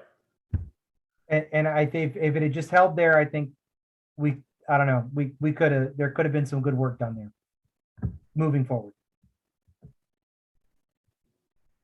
All right, gentlemen, any last thing? I will.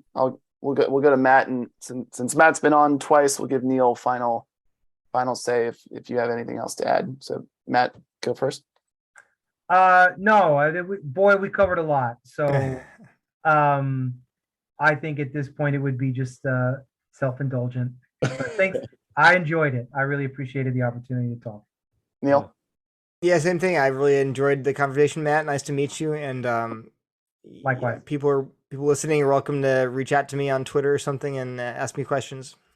Just make sure you remind Neil that he is a chemist. And, that's right. Yeah, just a chemist. Just a chemist. Hey guys, thanks for joining us on Church Coffee. We'll catch you on the next episode.